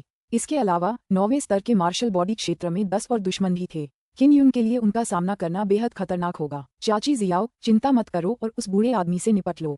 मैं ठीक हो जाऊंगा। किन यून ने अपने दूसरे हाथ से जियाओ जुवानकिन के हाथ के पिछले हिस्से पर थपथपाया ताकि उसकी पकड़ ढीली हो जाए। जियाओ जुवानकिन ने उसकी तरफ देखा और उसकी आंखों में आत्मविश्वास देखा। चेहरे पर मुस्कान लिए उसने धीरे से किन यून का हाथ छोड़ दिया। जियो जुवानकिन, मैंने कभी नहीं सोचा था कि तुम वास्तव में इस तरह के युवक को पसंद करोगी। जियो क्यून जोर से हंसा और उसके हाथ में पकड़ा हुआ भाला अचानक बाहर निकला, जो प्रकाश की किरण की तरह जियो जुवानकिन के गले की ओर जा रहा था। जियाओ जुवानकिन शर्मिंदा और गुस्से में थी। उसने इस घातक वार को चकमा दिया और फिर एक जिथा निकाला। उसकी उंगलियों ने जिथा के तारों को हिलाया और एक ध्वनि तरंग पैदा की। तुम भी मार्शल दाव क्षेत्र में हो? जियाओ क्यूंग चौंक गया। उसने आने वाली ध्वनि तरंग की ओर अपनी हथेली से जोर से प्रहार किया, जिससे एक घनी आंतरिक ऊर्जा निकली जिसने ध्वनि तरंग को बिखेर दिया। वह तेजी से चिल्लाया, तुम लोग जाओ और उसके छोटे प्रेमी को पकड़ो। मैं इस औरत से निपट लूंगा। किन यून पहले ही निश्चिंत भाव से दूसरी ओर भाग चुका था। उसके पास 3 वज्र आंतरिक केंद्र थे। उसने अपने आंतरिक केंद्र में प्रचुर आंतरिक परम शक्ति संचित कर ली थी। हॉल बहुत छोटा था और किन यून को तुरंत एक कोने में धकेल दिया गया। हे, जियाओ जुवानकिन का छोटा सा प्रेमी, लगता है वो काफी खूबसूरत है। कोई आश्चर्य नहीं कि उसने उस पर अपनी नजरें गड़ा दी हैं। सही कहा, जियाओ जुवानकिन, इस परिपक्व और चुलबुली औरत का स्वाद कैसा है। हम तो कब से इसे बुरी तरह से लूटना चाहते थे, लेकिन किसने सोचा था कि तुम जैसा छोटा बच्चा इसे ले जाएगा। एक हट्टा कट्टा आदमी, जिसका चेहरा घिनौना था, अश्लील भाषा में बात करते हुए वासना से भर गया। बाकी हटे कट्टे आदमी तुरंत मन ही मन ईर्ष्या से भर गए। उनकी आंखें भयंकर थीं और उनमें हत्या की तीव्र इच्छा थी। पास ही जियाओ जुवानकिन जियाओ क्यूंग से लड़ रही थी। वह पूरे समय किन यून पर ध्यान दे रही थी। ये शब्द सुनकर उसे और भी शर्मिंदगी और गुस्सा आया, लेकिन वह और भी ज्यादा चिंतित हो गई। वह चिंतित थी कि किन यून किसी भी बड़े आदमी को हराने में सक्षम नहीं होगा। किन यून, जिसे एक कोने में धकेल दिया गया था, शांत रहा। उसने हल्की मुस्कान के साथ कहा, तुम्हें पता नहीं मैं कौन हूँ?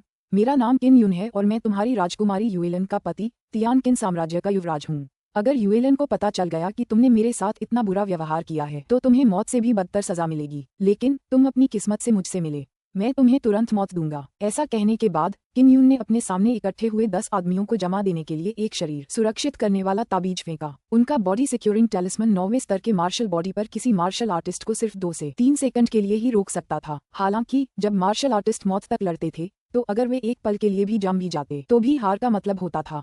हार का मतलब था मौत। जब किम यून ने शरीर को सुरक्षित रखने वाला ताबीज छोड़ा तो स्वर्गीय शेर का हाथ कांप उठा और स्वर्गीय शेर के ड्रैगन पंजे प्रकट हो गए। उन्होंने आंतरिक सर्वोच्च बल का उपयोग नहीं किया बल्कि केवल थंडर फ्लेम आंतरिक कोर का उपयोग करके वज्र आंतरिक शक्ति को मुक्त किया और 6 शैली के पवन कातिलों को मुक्त किया। हवा को तोड़ने वाला, लहरों को तोड़ने वाला, पहाड़ों को तोड़ने वाला। जैसे ही 3 तीर निकले, वज्र की आंतरिक शक्ति एक जोरदार विस्फोट की तरह फूट पड़ी। प्रचंड हवाओं की लहरें आश्चर्यजनक वेग से गरज उठीं। ये किसी विशाल लहर की गर्जना या किसी ऊंचे पहाड़ के ढहने जैसा था। पल भर में 10 आदमी कई टुकड़ों में कट गए। उनका खून चारों ओर बिखर गया। आंटी जियाओ, मेरा काम हो गया, जल्दी करो। कोने में खड़ा किम यून हंसते हुए चिल्लाया। जियाओ शुवानकिन भी किम यून के पहले के कदम से घबरा गई थी। आखिरकार वह शांत हुई और मन ही मन खुश हुई। जियाओ क्यून ने जमीन पर पड़ी कटी हुई लाशों पर नजर डाली और उसे लगा जैसे उसने कोई भूत देख लिया हो। उसने सोचा भी नहीं था कि यह मासूम सा दिखने वाला खूबसूरत नौजवान प्रेमी असल में इतना डरावना होगा। वह बहुत लापरवाह हो गया था। किम यून ने अपनी आत्मा सार कृपाण निकाली और शाही आत्मा कला का इस्तेमाल किया। कृपाण को नियंत्रित करते हुए वह उड़कर शियाओ क्यून पर टूट पड़ा।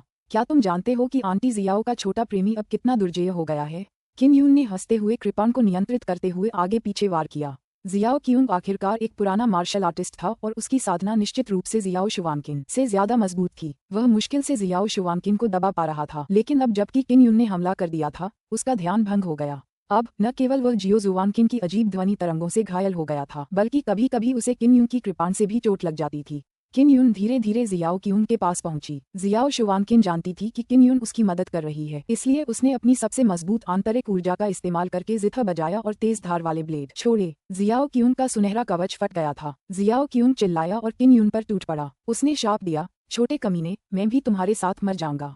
किम यून, सावधान रहो, जियो जुवानकिन ने घबराकर चिल्लाया। किम यून ने पहले ही मानसिक ऊर्जा का एक जबरदस्त भंडार जमा कर लिया था। जब उसने देखा कि जियाओ क्यून उस पर हमला कर रहा है तो उसने तुरंत आत्मा एकाग्रता वध किया और लंबे समय से जमा हुई मानसिक ऊर्जा को जियाओ क्यून के सिर पर मारा। जियो जुवानकिन ने जिथा के तारों पर प्रहार किया, जिससे जिथा से एक बैंगनी सुनहरी ध्वनि धार निकली। बैंगनी सुनहरी वज्र की आंतरिक शक्ति में अपार आंतरिक ऊर्जा समाहित थी। पाओ, जब ध्वनि ब्लेड जियाओ क्यून के सिर में प्रवेश किया तो यह एक मजबूत ध्वनि तरंग के साथ फट गया, जिससे उसका सिर खून के एक कुंड में फट गया। किम यून भी दौड़कर आया और उसने जियाओ क्यून की मार्शल स्पिरिट निकाली। जब उसने देखा कि यह एक सोने के भाले वाली मार्शल स्पिरिट है तो उसने तिरस्कार से कहा, ये फिर से एक बेकार मार्शल स्पिरिट है। कोई आश्चर्य नहीं कि जियाओ यांगलोंग ने उसे कब्र की रखवाली के लिए यहाँ रखा है। जियो जुवानकिन हंसने से खुद को नहीं रोक सका। कई लोगों के लिए सोने के हथियार मार्शल स्पिरिट को बहुत अच्छा माना जाता है। आंटी जियाओ, क्या आपका छोटा प्रेमी ठीक है? किम यून ने हंसते हुए पूछा। भविष्य में ऐसा दोबारा मत कहना, वरना मैं गुस्सा हो जाऊंगी। जियाओ जुवानकिन के सुंदर अंडाकार चेहरे पर एक मादक लालिमा दिखाई दी जब उसने धीरे से सूंघा। अध्याय 260। किम यून ने हंसते हुए कहा, ठीक है, ठीक है, ठीक है। मैं अब और कुछ नहीं कहूंगा, मैं अब और कुछ नहीं कहूंगा। जियाओ जुवानकिन को उन बड़े लोगों की अश्लील बातें याद आईं जो किम यून से कही गई थीं। उसे शर्म और गुस्से की लहर महसूस हुई। साथ ही उसके दिल में एक अवर्णनीय जटिल भावना उमड़ पड़ी। टीएल नोट, यो चाची, यह एरो मंगा नहीं है। किम यून ने चारों ओर देखा और हॉल को ध्यान से देखा। उसने कहा, क्या ये तियान जियाओ शाही मकबरे के अंदर है? यहाँ तो कुछ भी नहीं है। क्या जियाओ यांगलोंग ने सब कुछ हटा दिया है? बिल्कुल नहीं। मुख्य हॉल के ऊपर एक दरवाजा है। यही दरवाजा कब्र की गहराई तक जाता है। जियाओ जुवानकिन ने आगे की ओर इशारा किया। वहाँ सिर्फ एक दीवार थी, दरवाजा बिल्कुल नहीं था। किम यून जियो जुवानकिन के पास गया और उसका हाथ पकड़ लिया। जियाओ शुवानकिन को कुछ ठीक नहीं लग रहा था और वह किम यून का हाथ झटकने से खुद को नहीं रोक पाए। फिर वह तेजी से सुनहरी दीवार की ओर चल पड़ी। किम यून ने सोचा कि जियाओ शुवानकिन नाराज है, इसलिए उसने ज्यादा सोचा नहीं। वह उसके पीछे पीछे दीवार के पास पहुंचा। चाबी से दीवार को छुओ। जियो जुवानकिन ने दीवार को छूने और इसकी पुष्टि करने के बाद किम यून से कहा। किम यून ने चाबी निकाली और सुनहरी दीवार को छुआ। झपकी, झपकी, झपकी। पत्थर की दीवार से एक तेज आवाज सुनाई दी। विशाल सुनहरी ईंटें अंदर की ओर सिकुड़ गई थीं। पत्थर की दीवार 3 मीटर से अधिक सिकुड़ गई और जमीन पर एक सीढ़ी दिखाई देने लगी। वहाँ नीचे बहुत अंधेरा है। क्या तुम चाहती हो कि मैं अपनी छाया शक्ति का इस्तेमाल करूं और हम दोनों अंधेरे में घुल मिल जाएं? इस तरह हम सुरक्षित रहेंगे। सीढ़ियों से नीचे उतरते हुए किम यून ने अचानक कहा। जियाओ शुवानकिन एक पल के लिए चुप हो गई। फिर उसने अपना हाथ बढ़ाकर किम यून की उंगलियां कस लीं। वह अजीब सा एहसास उसके दिल में फिर से छा गया। उसे समझ नहीं आ रहा था कि उसे ऐसा क्यों लग रहा है। उसने अपने मन में चल रहे अराजक विचारों को दबा दिया और किन यून को सावधानीपूर्वक सीढ़ियों से ऊपर और नीचे खींचा। अभी उन्हें असली तियान शियाओ शाही मकबरे में प्रवेश करते हुए माना जा सकता है। इससे पहले बाहर का भव्य हॉल मुख्य रूप से तियान शियाओ शाही परिवार के सदस्यों के प्रवेश और पूजा के लिए था। चाची जियो, क्या जियो यांगलोंग का यहाँ रहना संभव है? किन यून ने धीरे से पूछा। मुझे नहीं पता, लेकिन हमारे लिए थोड़ा सावधान रहना कभी गलत नहीं होता। जियाओ जुवानकिन ने धीरे से जवाब दिया। आपको चिंता करने की जरूरत नहीं है, मैं यहाँ हूँ। किन यून ने अपने होंठ सिकोड़े। उसे लगा कि अगर कुछ अनपेक्षित हुआ तो शायद वो जियाओ शुवानकिन से भी तेज प्रतिक्रिया दे पाएगा। सीढ़ियां बहुत लंबी थीं, उन्हें इसे पार करने में 1 घंटे से भी कम समय लगा। आखिरकार वे भूमिगत मकबरे के कक्ष में पहुंच गए। यह एक विशाल भूमिगत चौक था और बेहद विशाल था। हवा एक प्राचीन आभा से भरी हुई थी। कभी कभी ठंडी हवा की लहरें ऊपर से गुजरती थीं। ये बहुत डरावना था। जियो जुवानकिन ने एक प्रकाश उत्सर्जक पत्थर निकाला और उसे आकाश में उड़ने के लिए नियंत्रित किया, जिससे पूरा भूमिगत वर्ग प्रकाशित हो गया। मंद रोशनी में वे देख सकते थे कि वहाँ कई बड़े और छोटे घर थे। बड़े घर सम्राट की कब्र हैं। बाकी लोग शाही परिवार के सदस्य हैं, जैसे कि युवराज की बेटी जो दुर्घटनावश मर गई हो या शाही रखेलें। जियाओ जुवानकिन ने बड़े पत्थर के घरों की ओर इशारा किया। तुम्हारा तियान शियाओ शाही मकबरा बहुत बड़ा है। ये हमारे तियान किन महल से भी बड़ा लगता है। किन यून जमीन के नीचे विशाल मकबरा साफ देख सकता था। वह दंग रह गया। जमीन के नीचे इतने विशाल महल का निर्माण भी एक बहुत बड़ी परियोजना थी। सबसे बड़ी बात यह थी कि यह भूमिगत महल बेहद मजबूत था। मार्शल दाओ क्षेत्र के लोग भी इसे ऊपर से तोड़ नहीं पाते थे। केवल उस चाबी का इस्तेमाल करके ही कोई यहाँ प्रवेश कर सकता था। हाँ, हाल ही में मुझे भी लगा कि तियान जियाओ साम्राज्य का मकबरा बहुत शक्तिशाली है। यह ऐसा कुछ नहीं है जिसे हमारा तियान जियाओ साम्राज्य बना सके। जियाओ जुवानकिन ने भी गहरी सांस ली। किन यून उसका हाथ छोड़कर इधर उधर घूमना चाहता था, लेकिन जियाओ शुवानकिन ने ऐसा नहीं किया। एक तरफ वह नहीं चाहती थी कि वह इधर उधर भागे और दूसरी तरफ उसे डर था कि कहीं कोई छिपा हुआ दुश्मन तो नहीं है। आंटी जियाओ, आगे क्या है? हम कहाँ से शुरू करें? क्या यहाँ सचमुच बहुत सारे खजाने हैं जो लाश के साथ जाएंगे? किम यून ने पूछा। चलो पहले युएलन और युमेई की माँ की कब्र पर एक नज़र डालते हैं, जियो जुवानकिन ने उत्तर दिया। यही तो युएलन ने मुझसे पूछा था। ठीक है। किम यून को ये भी याद आया कि जी किरू ने उसे जियाओ युलान की मां को पुनर्जीवित करने की संभावना के बारे में क्या बताया था। मैंने उस समय जियाओ फेई को भी नीचे भेजा था। मुझे याद है वो वहीं थी। जियाओ जुवानकिन ने किम यून को खींचा और तेजी से वहां चली गई। कुछ दर्जन मीटर चलने के बाद वो एक छोटे से पत्थर के घर के सामने रुक गई। पत्थर के घर के सामने एक कब्र का पत्थर था जिस पर कई शब्द लिखे थे। किम यून ने 2 शब्द भी देखे, शूजिंग। यह जियाओ युएलन की मां का नाम था। ये यही है। चलो अंदर चलते हैं और देखते हैं, जियाओ जुवानकिन ने बोलते हुए पत्थर का दरवाजा खोला और ठंडी हवा बाहर आई। अंदर जाकर किम यून ने कमरे को रोशन करने के लिए एक चमकता हुआ पत्थर निकाला। अंदर एक जैद ताबूत था। मैं इसे खोलने के लिए अपनी मानसिक शक्ति का इस्तेमाल करूंगा। किम यून ने जल्दी से जियाओ जुवानकिन को पीछे खींच लिया ताकि वह जैद ताबूत के पास न जा सके। उसे डर था कि कहीं कोई खतरा न हो। किम यून ने शाही आत्मा तकनीक का इस्तेमाल किया और जैद ताबूत के ढक्कन को बंद कर दिया। धीरे धीरे उसने ढक्कन को हटा दिया। जल्द ही ताबूत का ढक्कन हटा दिया गया और अंदर कुछ भी नहीं था, खाली। किम यून ने आश्चर्य से कहा, क्या जियो यांगलोंग इसे ले गया? असंभव। ये पत्थर का घर और जैद का ताबूत अभी तक नहीं खोला गया है।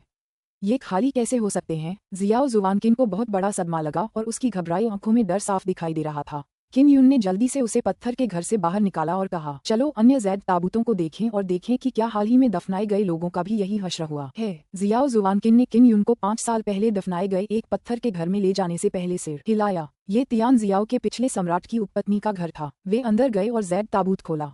अंदर रखी लाश भी गायब थी। किम यून और जियाओ शुवानकिन के दिलों में तुरंत एक ठंडक दौड़ गई। उन्होंने एक दूसरे का हाथ कसकर पकड़ लिया। ये बहुत ही अजीब था। इसके बाद उन्होंने कई ताबूत खोले जिनमें महारानी और सम्राटों के ताबूत भी शामिल थे। वे सभी खाली थे। खैर, लाशें चली गईं। किम यून ने खाली जैद ताबूत को देखा और मुस्कुराते हुए कहा, क्या वे सभी खेलने गए थे? जियाओ जुवानकिन के सफेद हाथ ठंडे पसीने से तर थे। वह पहले से ही जानती थी कि यह तियान जियाओ शाही मकबरा इतना आसान नहीं है।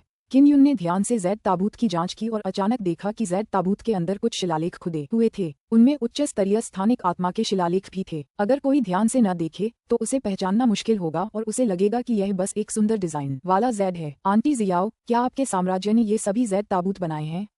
किम यून ने जल्दी से पूछा। मुझे ज्यादा यकीन नहीं है। मुझे बस इतना याद है कि जब मैं पहली बार आई थी तो मैंने जियाओ फेई को लकड़ी के ताबूत में भेजा था और फिर उसे एक जैद ताबूत में रख दिया था। ऐसा लगता है जैसे यहाँ पहले से ही एक जैद ताबूत था। जियाओ शुवानकिन ने उस साल जो हुआ था उसे याद करते हुए भौहें चढ़ाईं। फिर पूछा, क्या हुआ? क्या तुम्हें कुछ मिला? जैद ताबूत पर कई आत्मा शिलालेख हैं जिनमें कुछ स्थानिक उत्कीर्णन भी शामिल हैं, लेकिन मुझे अन्य के बारे में पता नहीं है क्योंकि मैं केवल चमकीली रेखाएं ही देख सकता हूँ और वहाँ बहुत सारी छिपी हुई रेखाएं होनी चाहिए। किम यून ने एक चमकते हुए पत्थर को जैद ताबूत के अंदर तैरने के लिए नियंत्रित किया। इससे पारदर्शी जैड पत्थर रोशन हो गया और निश्चित रूप से अंदर कई आत्माओं के शिलालेख थे। शरीर टेलीपोर्ट हो गया। उन्हें ये शरीर किस लिए चाहिए? जियाओ जुवानकिन को अपनी रीढ़ में ठंडक महसूस हुई और वह और भी डर गई। पता नहीं। संक्षेप में, तियान शियाओ शाही मकबरे में कई राज छिपे हैं।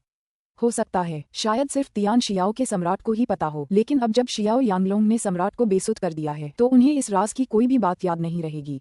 किन युन ने आह भरी। चलो ऊपर चलते हैं और शियाओ क्योंग की लाश ले आते हैं। हम उसे देखने के लिए जैद ताबूत में रख देंगे। जियाओ जुवानकिन ने किन युन के साथ ऊपर जाने से पहले सिर हिलाया। उसे चिंता थी कि किन युन अकेले ऊपर जाएगा, इसलिए उसने इस खौफनाक कब्र में रुकने की हिम्मत नहीं की। उन्होंने जल्दी से जियाओ क्यूंग की लाश को नीचे उतारा और एक खाली पत्थर के कमरे में रख दिया। ये पत्थर का घर मृतकों के लिए बनाया गया था और पहले कभी इस्तेमाल नहीं किया गया था। उन्होंने जियाओ क्यूंग की लाश को जैद ताबूत में रख दिया, ढक्कन बंद कर दिया और धैर्यपूर्वक बगल में इंतजार करने लगे। जैद ताबूत में कोई ऊर्जा नहीं होती, इसलिए ऊर्जा अंतरिक्ष के माध्यम से जैद ताबूत तक पहुंची होगी। ये स्थानिक आत्मा चिन्हों का उपयोग करने का एक बहुत ही शानदार तरीका है। किन युन ने लालसा भरी नजरों से कहा, यहाँ तक कि मार्शल उजाड़ भूमि में भी ऐसा कोई नहीं है जो स्थानिक आत्मा शिलालेखों का इस हद तक उपयोग कर सके। ऐसा लगता है कि इस मकबरे में छिपे रहस्य हमारी कल्पना से कहीं परे हैं। मुझे समझ नहीं आ रहा कि वे शवों के साथ क्या करना चाहते हैं। जियाओ शुवानकिन को इस बारे में बहुत संदेह था। रक्तरेखा या मार्शल स्पिरिट, ये ऐसी चीजें हैं जिन्हें किसी व्यक्ति के मरने के बाद भी कुछ समय तक रखा जा सकता है। किन युन ने कहा, आपने पहले ही कहा था, आपके जियाओ परिवार की रक्तरेखा बहुत शक्तिशाली है और हमेशा शक्तिशाली मार्शल स्पिरिट्स को जगा सकती है। इसके अलावा आप स्वाभाविक रूप से कई स्पिरिट नसों के साथ पैदा हुए हैं। यह आपके पूर्वजों से संबंधित हो सकता है। जियाओ जुवानकिन ने सिर हिलाया। लगता है हमारे जियाओ वंश के पूर्वज किसी बेहद रहस्यमयी जगह से आए थे। उन्होंने यह मकबरा भी बहुत पहले बनवाया था। अफसोस की बात है कि उस कमीने जियाओ यांगलोंग ने सम्राट को अधमरा कर दिया। हमें यह जानने का कोई तरीका नहीं है कि यहाँ क्या हुआ था। अचानक जैद ताबूत से एक शक्तिशाली स्थानिक तरंग निकलने लगी। किन युन ने तुरंत अपने मन पर नियंत्रण किया और ताबूत खोल दिया। जियो क्यून की लाश सचमुच गायब हो गई थी। आंटी जियाओ, क्या आप चाहती हैं? क्या हम वहाँ लेटकर कोशिश करें? किन युन ने अचानक पूछा। नहीं, अगर हम कहीं और चले जाएं और वापस न आएं तो क्या होगा? जियाओ जुवानकिन ने जल्दी से अपना सिर हिलाया। इसके बारे में अब और मत सोचो, ये बहुत खतरनाक है। अगर हम फिर से खोजबीन करें तो शायद हमें कुछ न कुछ मिल जाए। किन युन इस विचार को छोड़ ही सकता था। जियाओ जुवानकिन ने सिर हिलाया और कहा, लेकिन हमें साथ रहना होगा, हम अलग नहीं हो सकते। इस तरह अगर हम किसी और परिस्थिति का सामना करते हैं तो हम एक दूसरे का ख्याल भी रख सकेंगे। ठीक है। इसके बाद जियाओ जुवानकिन और किन युन ने सुराग की तलाश में पत्थर के घरों को पार किया। 2 दिन बाद जियो जुवानकिन थक गया था और एक कुर्सी पर बैठ गया जिसे किन युन ने बाहर निकाल दिया था। 2 दिनों की खोजबीन के बाद वे निश्चित हो गए कि यहाँ कोई खतरा नहीं है, इसलिए उन्हें छाया की शक्ति का उपयोग करने की आवश्यकता नहीं थी। कुछ नहीं, जियो जुवानकिन ने आह भरी। हम बाहर क्यों नहीं चलते? किन युन जमीन पर उकड़ूं बैठ गया और जानवर की खाल का एक चौकोर टुकड़ा निकाला।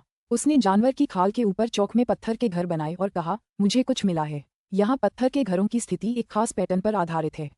मुझे अब इसकी पुष्टि करनी होगी।